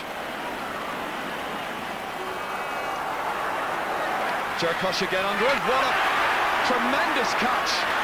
Operating at right corner back towards George O'Connor, enjoying himself now in his first ever All-Ireland final. Adrian Fenlon, it's stopped by Steve McDonough towards Gary Kirby, and again the referee's whistle sounds. This time it's Gary Kirby who's indicted. The foul on Liam Dunn, free to Wexford. If you're looking at options now for Limerick, maybe it might be better off putting Gary Kirby to put forward and bringing out maybe Damien Quigley out to just add a bit of life to their half-hour line, because they're very, very dead around the middle of the field at a half-hour to the stage. This is what happened here, and Turlock Herbert has just come on, the Ahan man. Here he comes. And Barry Foley's score of 4 points in the first half has been replaced. He was the hero up to half-time. That's Limerick's third change. Larry Murphy fumbles. Steve McDonough has it. They'll now feel they need a bit of a miracle. It's still possible. Good play there by John O'Connor. Sean O'Neill straight on a waiting Wexford man who is Larry O'Gorman, who's having a tremendous All-Ireland final. Mike Nash. Kieran Carey on his left-hand side. Down it goes towards Gary Kirby, who's moved in, and there are Wexford players there to try and stop them. Damien Quigley inside, and the referee's whistle has sounded. Well, I think they had momentarily switched Gary Kirby in that time to follow that in along with Podge Tobin. And Wexford with a couple of wounded heroes in there, John O'Connor one of them. Here's what happened. Yes, sure, but it was a more sensible ball again by Kieran Carey though. I mean, in the first 5 or 10 minutes there gone by, he's opted to hit balls wide from long range. This time he put a ball in around the square and it caused a little bit of danger. If he can do that over the next couple of minutes, who knows what's going to happen. 2 players injured, Liam Dunn and John O'Connor. Billy Burns come in. That could be a very good move indeed. Larry Murphy's been replaced. This is an experienced campaigner. He'll relish the prospect of the last 5 minutes of this All-Ireland final. Liam Dunn still getting the attention. There will undoubtedly be sympathy for Limerick if they are to lose their second All-Ireland final in the space of 3 years, but there's very little sympathy in sport, as we all know. And it's the 14 men of Wexford who have caught the eye this afternoon. Larry Murphy just been replaced. Eamon Scallon there, who was encouraging him. Eamon, who was sent off just before half-time. And this one of the great players this afternoon, Liam Dunn, along with Larry O'Gorman. Ger Cush has had an inspirational time as well. They won't want to lose Liam Dunn's influence. I think he'll play on regardless. Give me the helmet, he says. Back into the action. Inside 5 minutes to go. And that's gone wide. Turlock Herbert hitting it.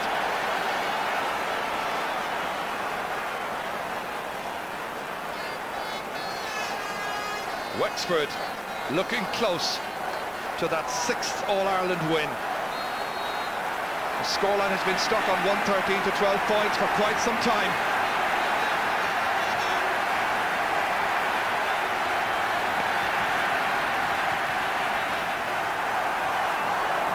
Batted down by Mike Houlihan towards Gary Kirby. Liam Dunn there. Now Rod Guiney.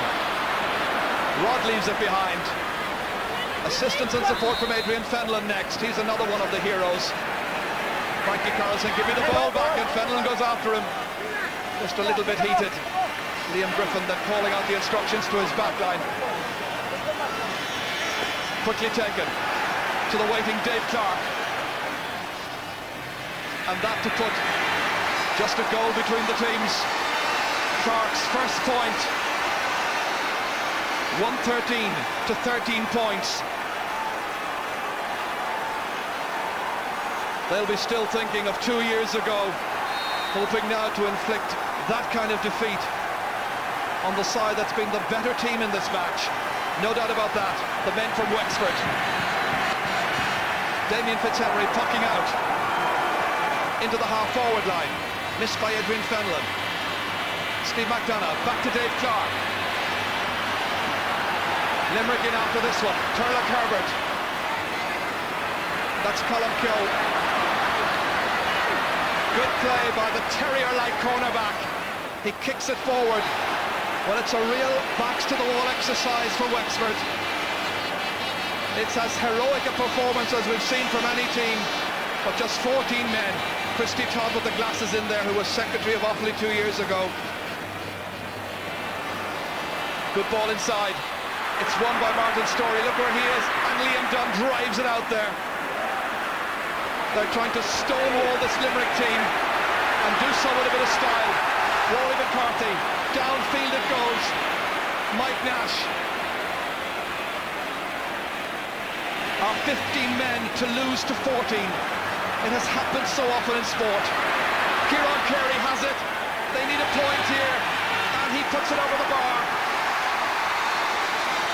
There's still about 2 minutes to go. Carey's third point. Are we in for another dramatic finale? Wexford trying to make a switch or two. Yes, sure, I'm sure Wexford will be anxious to slow the game down as much as possible now and try and run out time as quickly as possible. And the player has just come in, I think it's Paul Finn. Rod Guiney's gone off. Finn has gone to left half forward, being marked by Mike Houlihan. Possession now of the essence. One here by Declan Nash for Limerick. Limerick 2 points behind. Dave Clark hammering that one downfield. Turlock Herbert trying to bat it into somebody's path. Taken back by John O'Connor. One back here well. Colm Cole leaves it to Padraig Tobin. Trying to get it across the field here and succeeding in doing so. Limerick looking for something, and that ball just won't run for Brian Tobin, and instead it is Liam Dunn, a wonderful stylish centre-half back, all eyes, full of concentration. He really is inspiring the rest of them. Tremendous leadership by the man from Ulan Novella. But how about this for Kieran Carey? Well tipped away there by Martin Storey. What an All-Ireland final finale. Up towards Billy Byrne, away by Mike Nash. Missed momentarily there by Paul Finn. Stephen McDonough has it, the man from Brewery, unable to set up anything. Adrian Fenlon again. Good ball forward. Tom Dempsey's after it. Challenged over there by Declan Nash. Well, it's been about heart and commitment in the second half. Wexford were up against it. Now Limerick are responding. But is it too late? We're in injury time. Limerick looking for a goal, perhaps. Brian Tobin. Liam Dunn on his knees. There's Colm Keogh as well there. Padraig Tobin trying to take the ball inside. Instead, again, it is Colm Keogh. And the man from halfway house in Bunclody delighting the Taoiseach and the patron of the GAA with a stirring display is Liam Griffin, about to lead his side into a first All-Ireland victory. I think for so many years. He's running onto the field himself for the referee to say that they want to make a change. The referee saying, off you get. We're not holding this match up. Wexford have the free. And I'm sure if Wexford to win this match, Eamon Scannon's blow won't look so bad after all. Absolutely. But full credit as Wexford now make a late change. And going on is Paul Codd, one of their under-21s who had been injured. He'll be part of the under-21 All-Ireland final team next Sunday against Galway, of course. Gary Lappin's got off. So plenty of changes. This is where the substitute Paul Codd has it. Billy Byrne chasing. Steve McDonough trying to get the ball downfield, but it's so difficult. Look at the tenacity of the Wexford players. They just really haven't allowed Limerick to settle. And that was a late challenge there on Kieran Carey. It's going to be a free downfield. We've nearly 2 minutes of injury time played. Limerick have no option but I think to drop this ball into the square and try and get a goal to try and win the match. 16 points to 14, as it were, in points. Wexford ahead. And this really has to be it. Wexford with 32 chances in all, 26 for Limerick.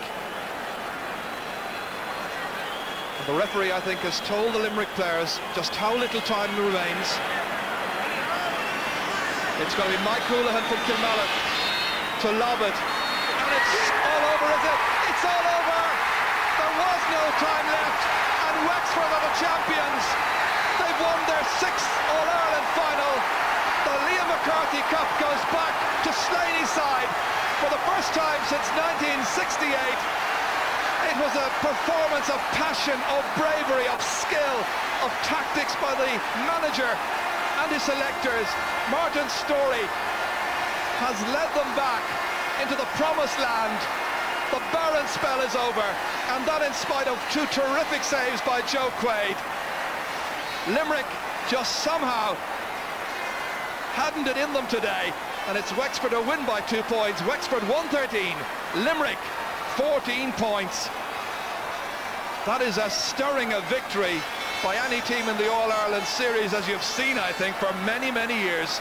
Yes, Joe, you've got to hand it to them. They thoroughly deserved it on the day. Nobody could begrudge Wexford their day of hour today, and in fairness to them, they played out of their skins, and with 14 men, who would have thought at half-time that they're going to come back and win this match? But great credit due to them. They thoroughly deserve it, and now everybody, I'm sure, is delighted for Wexford.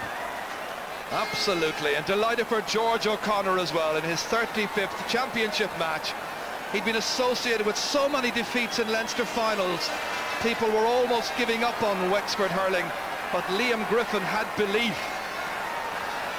And now I suppose within Wexford, every young lad will want to play, every girl as well, I'm sure, will be playing camogie. It's an emotional occasion. You must feel sadness for Limerick. No team deserved to lose a final like they lost 2 years ago. But with 15 players today against 14, they simply hadn't got it. Here's Marty. Thank you, Tom Ryan. It's very hard to put into words, just I'm sure what way you feel at this moment. Yes, Marty, it's disappointing, all right, but in saying that, we have to give credit to Wexford and congratulate them on a wonderful victory. They played wonderful holding out there today, and you know, we didn't take our chances when they came our way, and we paid the price, but fair play to Wexford. They're a long time waiting for it, and no one begrudged them, and we congratulate them from Limerick. But to lose, as you did in '94, and to lose today with just an extra man, I'm sure that's going to be a very hard pill to swallow. Well, Marty, any time you lose an All-Ireland final in any circumstance is a difficult pill to swallow, you know. But we have a great sporting team, we have a young team, we have great supporters, and you know, there's a lot of hurling to be done that team yet, and we'll be back. Thank you very much for talking to us, Tom. I also have Bernie Savage, another selector. Bernie, can you describe just, if you can, just the way you feel at this moment? Desperate side altogether for all the lads, for all the effort that we put in this year. But on the day we didn't deserve to win it, and fair play to Wexford. They were the better team on the day, and they showed the more hunger. And we always said the team with the most hunger would win it, and on today Wexford had that. Did the plan go haywire when Eamon Scallon was sent off for Wexford? In fact, it turned to Wexford's advantage. Definitely come to Wexford's advantage. We didn't seem to know how to play the loose man. We had a loose man, but we never got him on the ball. Thank you very much, Bernie Savage, for talking to us, and well done. Thank you, Marty. Yes, paradoxically, it was Wexford who got the lift that they needed. And there's Eamon Scallon going up there. He'll be so relieved. Martin Storey is so pleased. Well, we mentioned how relaxed they looked beforehand. This is what he dreamed about. The cup going back to Oulart the Balloch, where he learned to hurl, played with the local club, and he's had a couple of great years there, of course. Oulart the Balloch, the club that Liam Dunn belongs to as well. Up to 2 years ago, they'd never won the county title. Now they're after doing 2 in a row, and guess what? Everyone wants to prevent a 3 in a row. But the county championship down there is on hold. It hasn't even started yet, I believe. They'll probably play the county final on Christmas Day. They won't care. This is what it's all about. The congratulations from Jack Boothman. His out around the Herden. Hardvera, Hardhasik. Look down the Mana. There's a couple there, Herden. Dean Takagay of Dean Shakatya. Paganagas Lesson Herden. A Black Park in York. Paganagas Specialta, the Garman, and the Savron, on Lee. Ladies and gentlemen, once again we've seen a magnificent game of hurling.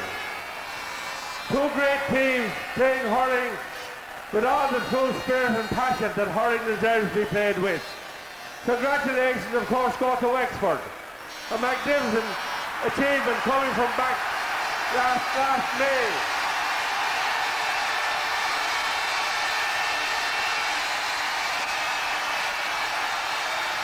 Starting last May in Leinster and achieving the almost impossible feat of taking home the Liam McCarthy Cup to Wexford. Don't forget, it takes 2 teams to make a great game, and our condolences go to Limerick today to hurl their hearts out on the day they just were not strong enough to defeat the passion of the Wexford team. I want to thank Guinness Ireland for their excellent sponsorship of these championships. They have brought extra passion, extra colour to the All-Ireland Series, and I thank Colin Starr, who's here beside me, for his contribution to the game of hurling. So let's sing Tom's Ireland Curtain Shot, our brother and captain Martin Story. They're waiting for it. They've waited a long time. This is what Martin Story has dreamed about. The team of 68 can take a back seat. It's now about the men of 96. Wexford are the All-Ireland hurling champions.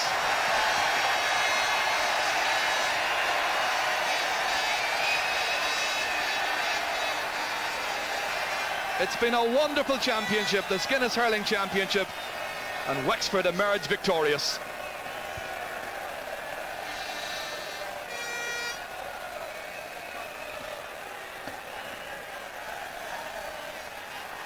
Out there on the Heron, out there on coming Luke Lasquale, Accarda, Augustine and Lochorman.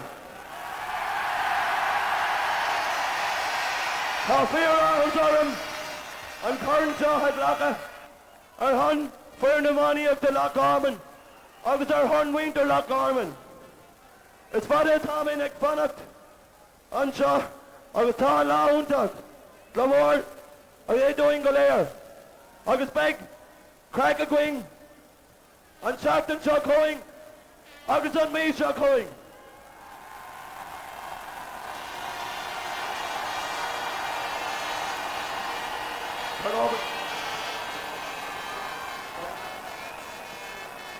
Lady President, Jack Footman, President of the GAA, and people of Wexford and Limerick.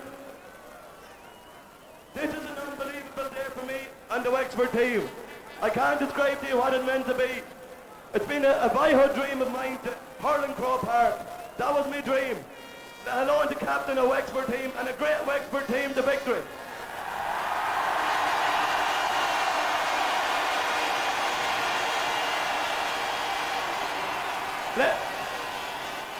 Ladies and gentlemen, we've been described as the bridesmaids of hurling. Well, today we got married.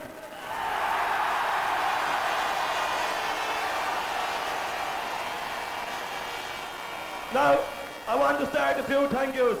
And if I leave anyone out, please forgive me because I don't know what really I'm saying up here. First of all, I'd like to thank our sponsors, Wexford Creamery, who stuck with us through thick and thin, and at last we brought them a bit.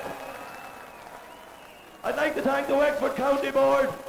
I suppose they were getting to the stage that they were nearly getting fed up sending teams to Croke Park, but at last we won something for them. But most importantly, I'd like to thank you, the people of Wexford, who stuck with us through thick and thin. Hurrah, Wexford!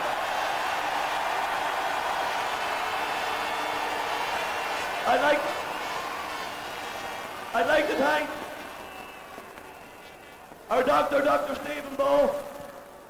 I'd like to thank our three physios and our trainer, Sean Collier, Pat Whitney, Chris Claremore, Aidan O'Connor, who done the bandaging for us, and our special friend, Niamh Fitzpatrick.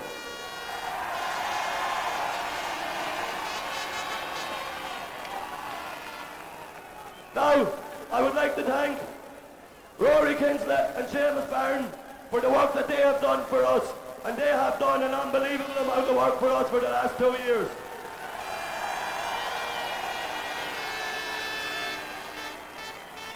Now, I would like to thank one man that has made all this possible for us.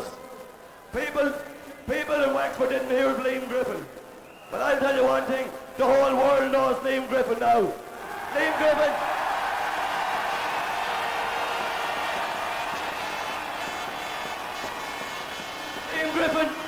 Liam Griffin is the next thing, but Liam Griffin really is the Messiah. Even though he says he's not, he's our Messiah. He led us to victory. Now, I would like to thank Limerick. Limerick gave us a very tough and a sporting match and a hard match and a physical match. And I would like it. The parade at the start of the match. Connie Lynch, who rang from Cavan, said that he went to the match today as a neutral supporter, but he became a Wexford supporter very, very quickly after the terrible behaviour of the Limerick team. Now that's a view that is shared by Sean Ryan in Tipperary, Tom Shannon in Mayo, Raymond McKevitt in Tala, Catherine Murphy in Wexford, Joe Sullivan in Dingle, Paddy Redmond in Artane, Mike Murphy in Kerry, Pat Kearns in Kilkenny, David Flynn in Cork. It goes on and on and on. Also, we have a phone call or two from John O'Donovan, for example, in County Cork, who is disgusted that the championship sponsors had their logo on the ribbons on the McCarthy Cup, which reflects the commercial side that has entered into the amateur code. Well, that's a reality of it. I think Guinness have brought a lot to this year's hurling championship. A phone call, Cyril Farrell, about why Mike Galligan wasn't brought on. Catherine Cullen from Selbridge wants to know this one. John Tobin from Limerick. Where did Mike Galligan go from being on the team a couple of weeks ago to the wilderness today? Well, I don't know the mind of the Limerick selectors, but yeah, it will be a question, because Mike would have been very near the first 15. And he is a first-touch hurler that would be capable of, on song, getting a few scores. Now, he hasn't been doing it lately, but most people would think that Mike Galligan would be first sub on for Limerick. Much the same way as when Sean Flood, who would be disappointed he couldn't play, 99% of people would feel that George O'Connor was going to come on for Wexford. Now, that's the feeling. He didn't appear at all. And there will be questions, and there will be questions asked about taking off the man that scored 4 points. Going back to the breaking up, the psychological warfare started early on. Yeah. But, it didn't affect... Limerick broke up early, but Limerick got into a 5 points to 1 lead. Now, if there's the other way around, if Wexford were going to say, well, Limerick got cut out, but you're there to win, and it may not be the best of manners to do, but you're not there for etiquette on another Ireland there. You're there to win. Okay, Tomas, you have a point to make about the Mike Galligan thing. Yes, again, I suppose it would be disappointing from a Limerick point of view that he wasn't introduced today. But again, in the heat of battle, I mean, people will ask the question, what did they do with the extra man? I mean, the 3 guys today who were supposed to be the extra man, they took off Barry Foley after scoring 4 points. There was a lot of things went wrong on the day, and maybe bringing on Mike Galligan was a mistake, but we'll never know at this stage. Sure, we'll never know. It's all over and done with now, except for one thing, Cyril Farrell, the man of the match selection, which has been made by the panel, by Tomas and yourself. Now, Michael Flanagan at Lone says that the 14 Wexford players should get the man of the match today for their sheer brilliance and tenacity. Well, it might not be the 14 Wexford players, but was it one of the Wexford players? Well, he's probably right in what he says, and if RT had the money, they should be doing that, and to the wise as well. I'd see nothing wrong with it at all, or even have 2 men in the matches. From a Wexford point of view, you had fantastic games. Like Colin Pure had a great game. Meddy's name today. You know, all the backs are good. Gary Laffin, very, very good. Midfield, Adrian Finlan, good. Story is always good. Dempsey's getting a new lease of life. He's getting goals every day now that he never got before. But for me, the man of the match, you know, he did it in a quiet way, but he was on Gary Kirby. He held the line the whole time, and pound for pound, he's probably the best hurler in the country. For me, the man of the match today was Liam Dunn. He epitomised the spirit in Wexford, especially near the end. He got the ball, was always going to pass it up the field and let them come at him. He didn't mind. That's the type of player he is. OK, Liam Dunn is our man of the match from this year's All-Ireland hurling final, and Ger Canning is standing by to talk to Liam and to make that presentation.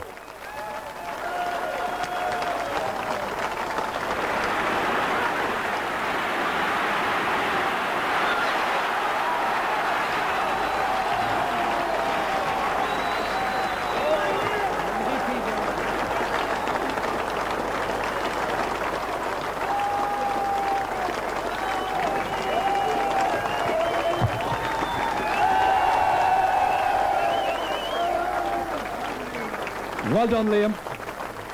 Thank you very much, ladies and gentlemen. It's a beautiful piece of Waterford crystal, newly designed, and as well as that, Liam, I have a his and hers watch. Is there a her? There is, okay, well that's for you as well. And as you know, Guinness have been very generous sponsors and excellent sponsors of the Hurling Championship this year. Would you like to go to the football final as their guests? I'm sure you would. That's for you as well. One question to start with. When are you going to stop scribbling on a certain man's hurley? Well, to be honest with you, since I started scribbling on his hurley, I started scoring a few points. But, I was going to work on a few of them there over the year. But I was just saying there to one of the reporters, he asked me as well there, and we went into the local school after the county final last year, and all the youngsters were there and they started singing Glory, Glory, Martin Story. So that's sort of where the glory came, to be on the end of his hurl every time, but it's not doing him any harm anyway. To win an All-Ireland medal, to be the star player and to win man of the match, it must be a terrific day for you. Well, it's a great honour for me to accept this. there was plenty of stars there today. Everyone was a star, but we had something over Limerick and that nobody knows about. The fact that we went out today and we started with 16 men. And when Eamon unfortunately got sent off, we still had 15 men. Because every ball that every one of our lads hit today, we hit, and Sean Flood was hitting them with us. And so Indeed, as you know only too well, Eamon and Sean played a very full part all through the championship. You didn't just win it in one game, it was a complete championship win. No, it's great. From the very start of the year against Kilkenny, but there was another person that hasn't been mentioned that came in to see us 3 weeks before the Kilkenny match, and a lady, a matter of fact. And she's a sport. She's not getting the watch, is she? Well, there's going to be Mrs. Dunn next month, so I may give it to her. So, but maybe she'll settle for a watch instead of the ring around her. But we got Liam and Rory and Seamus and the backroom staff got a lady by the name of Niamh Fitzpatrick, a sports psychologist from Dublin. No one heard very much about her, but she's been an inspiration to all the players. And I'd just like to take this opportunity to thank Liam, Rory, Seamus and all the men, Pat Whitney, our trainer who put us through hell, Sean Collier. But all little things like Rory McCarthy said there, and it's a long list, I'm sure, and they'll be well thanked by the people of Wexford. Well done. Ladies and gentlemen, the RTE man of the match for the hurling final, Liam Dunn. Well done.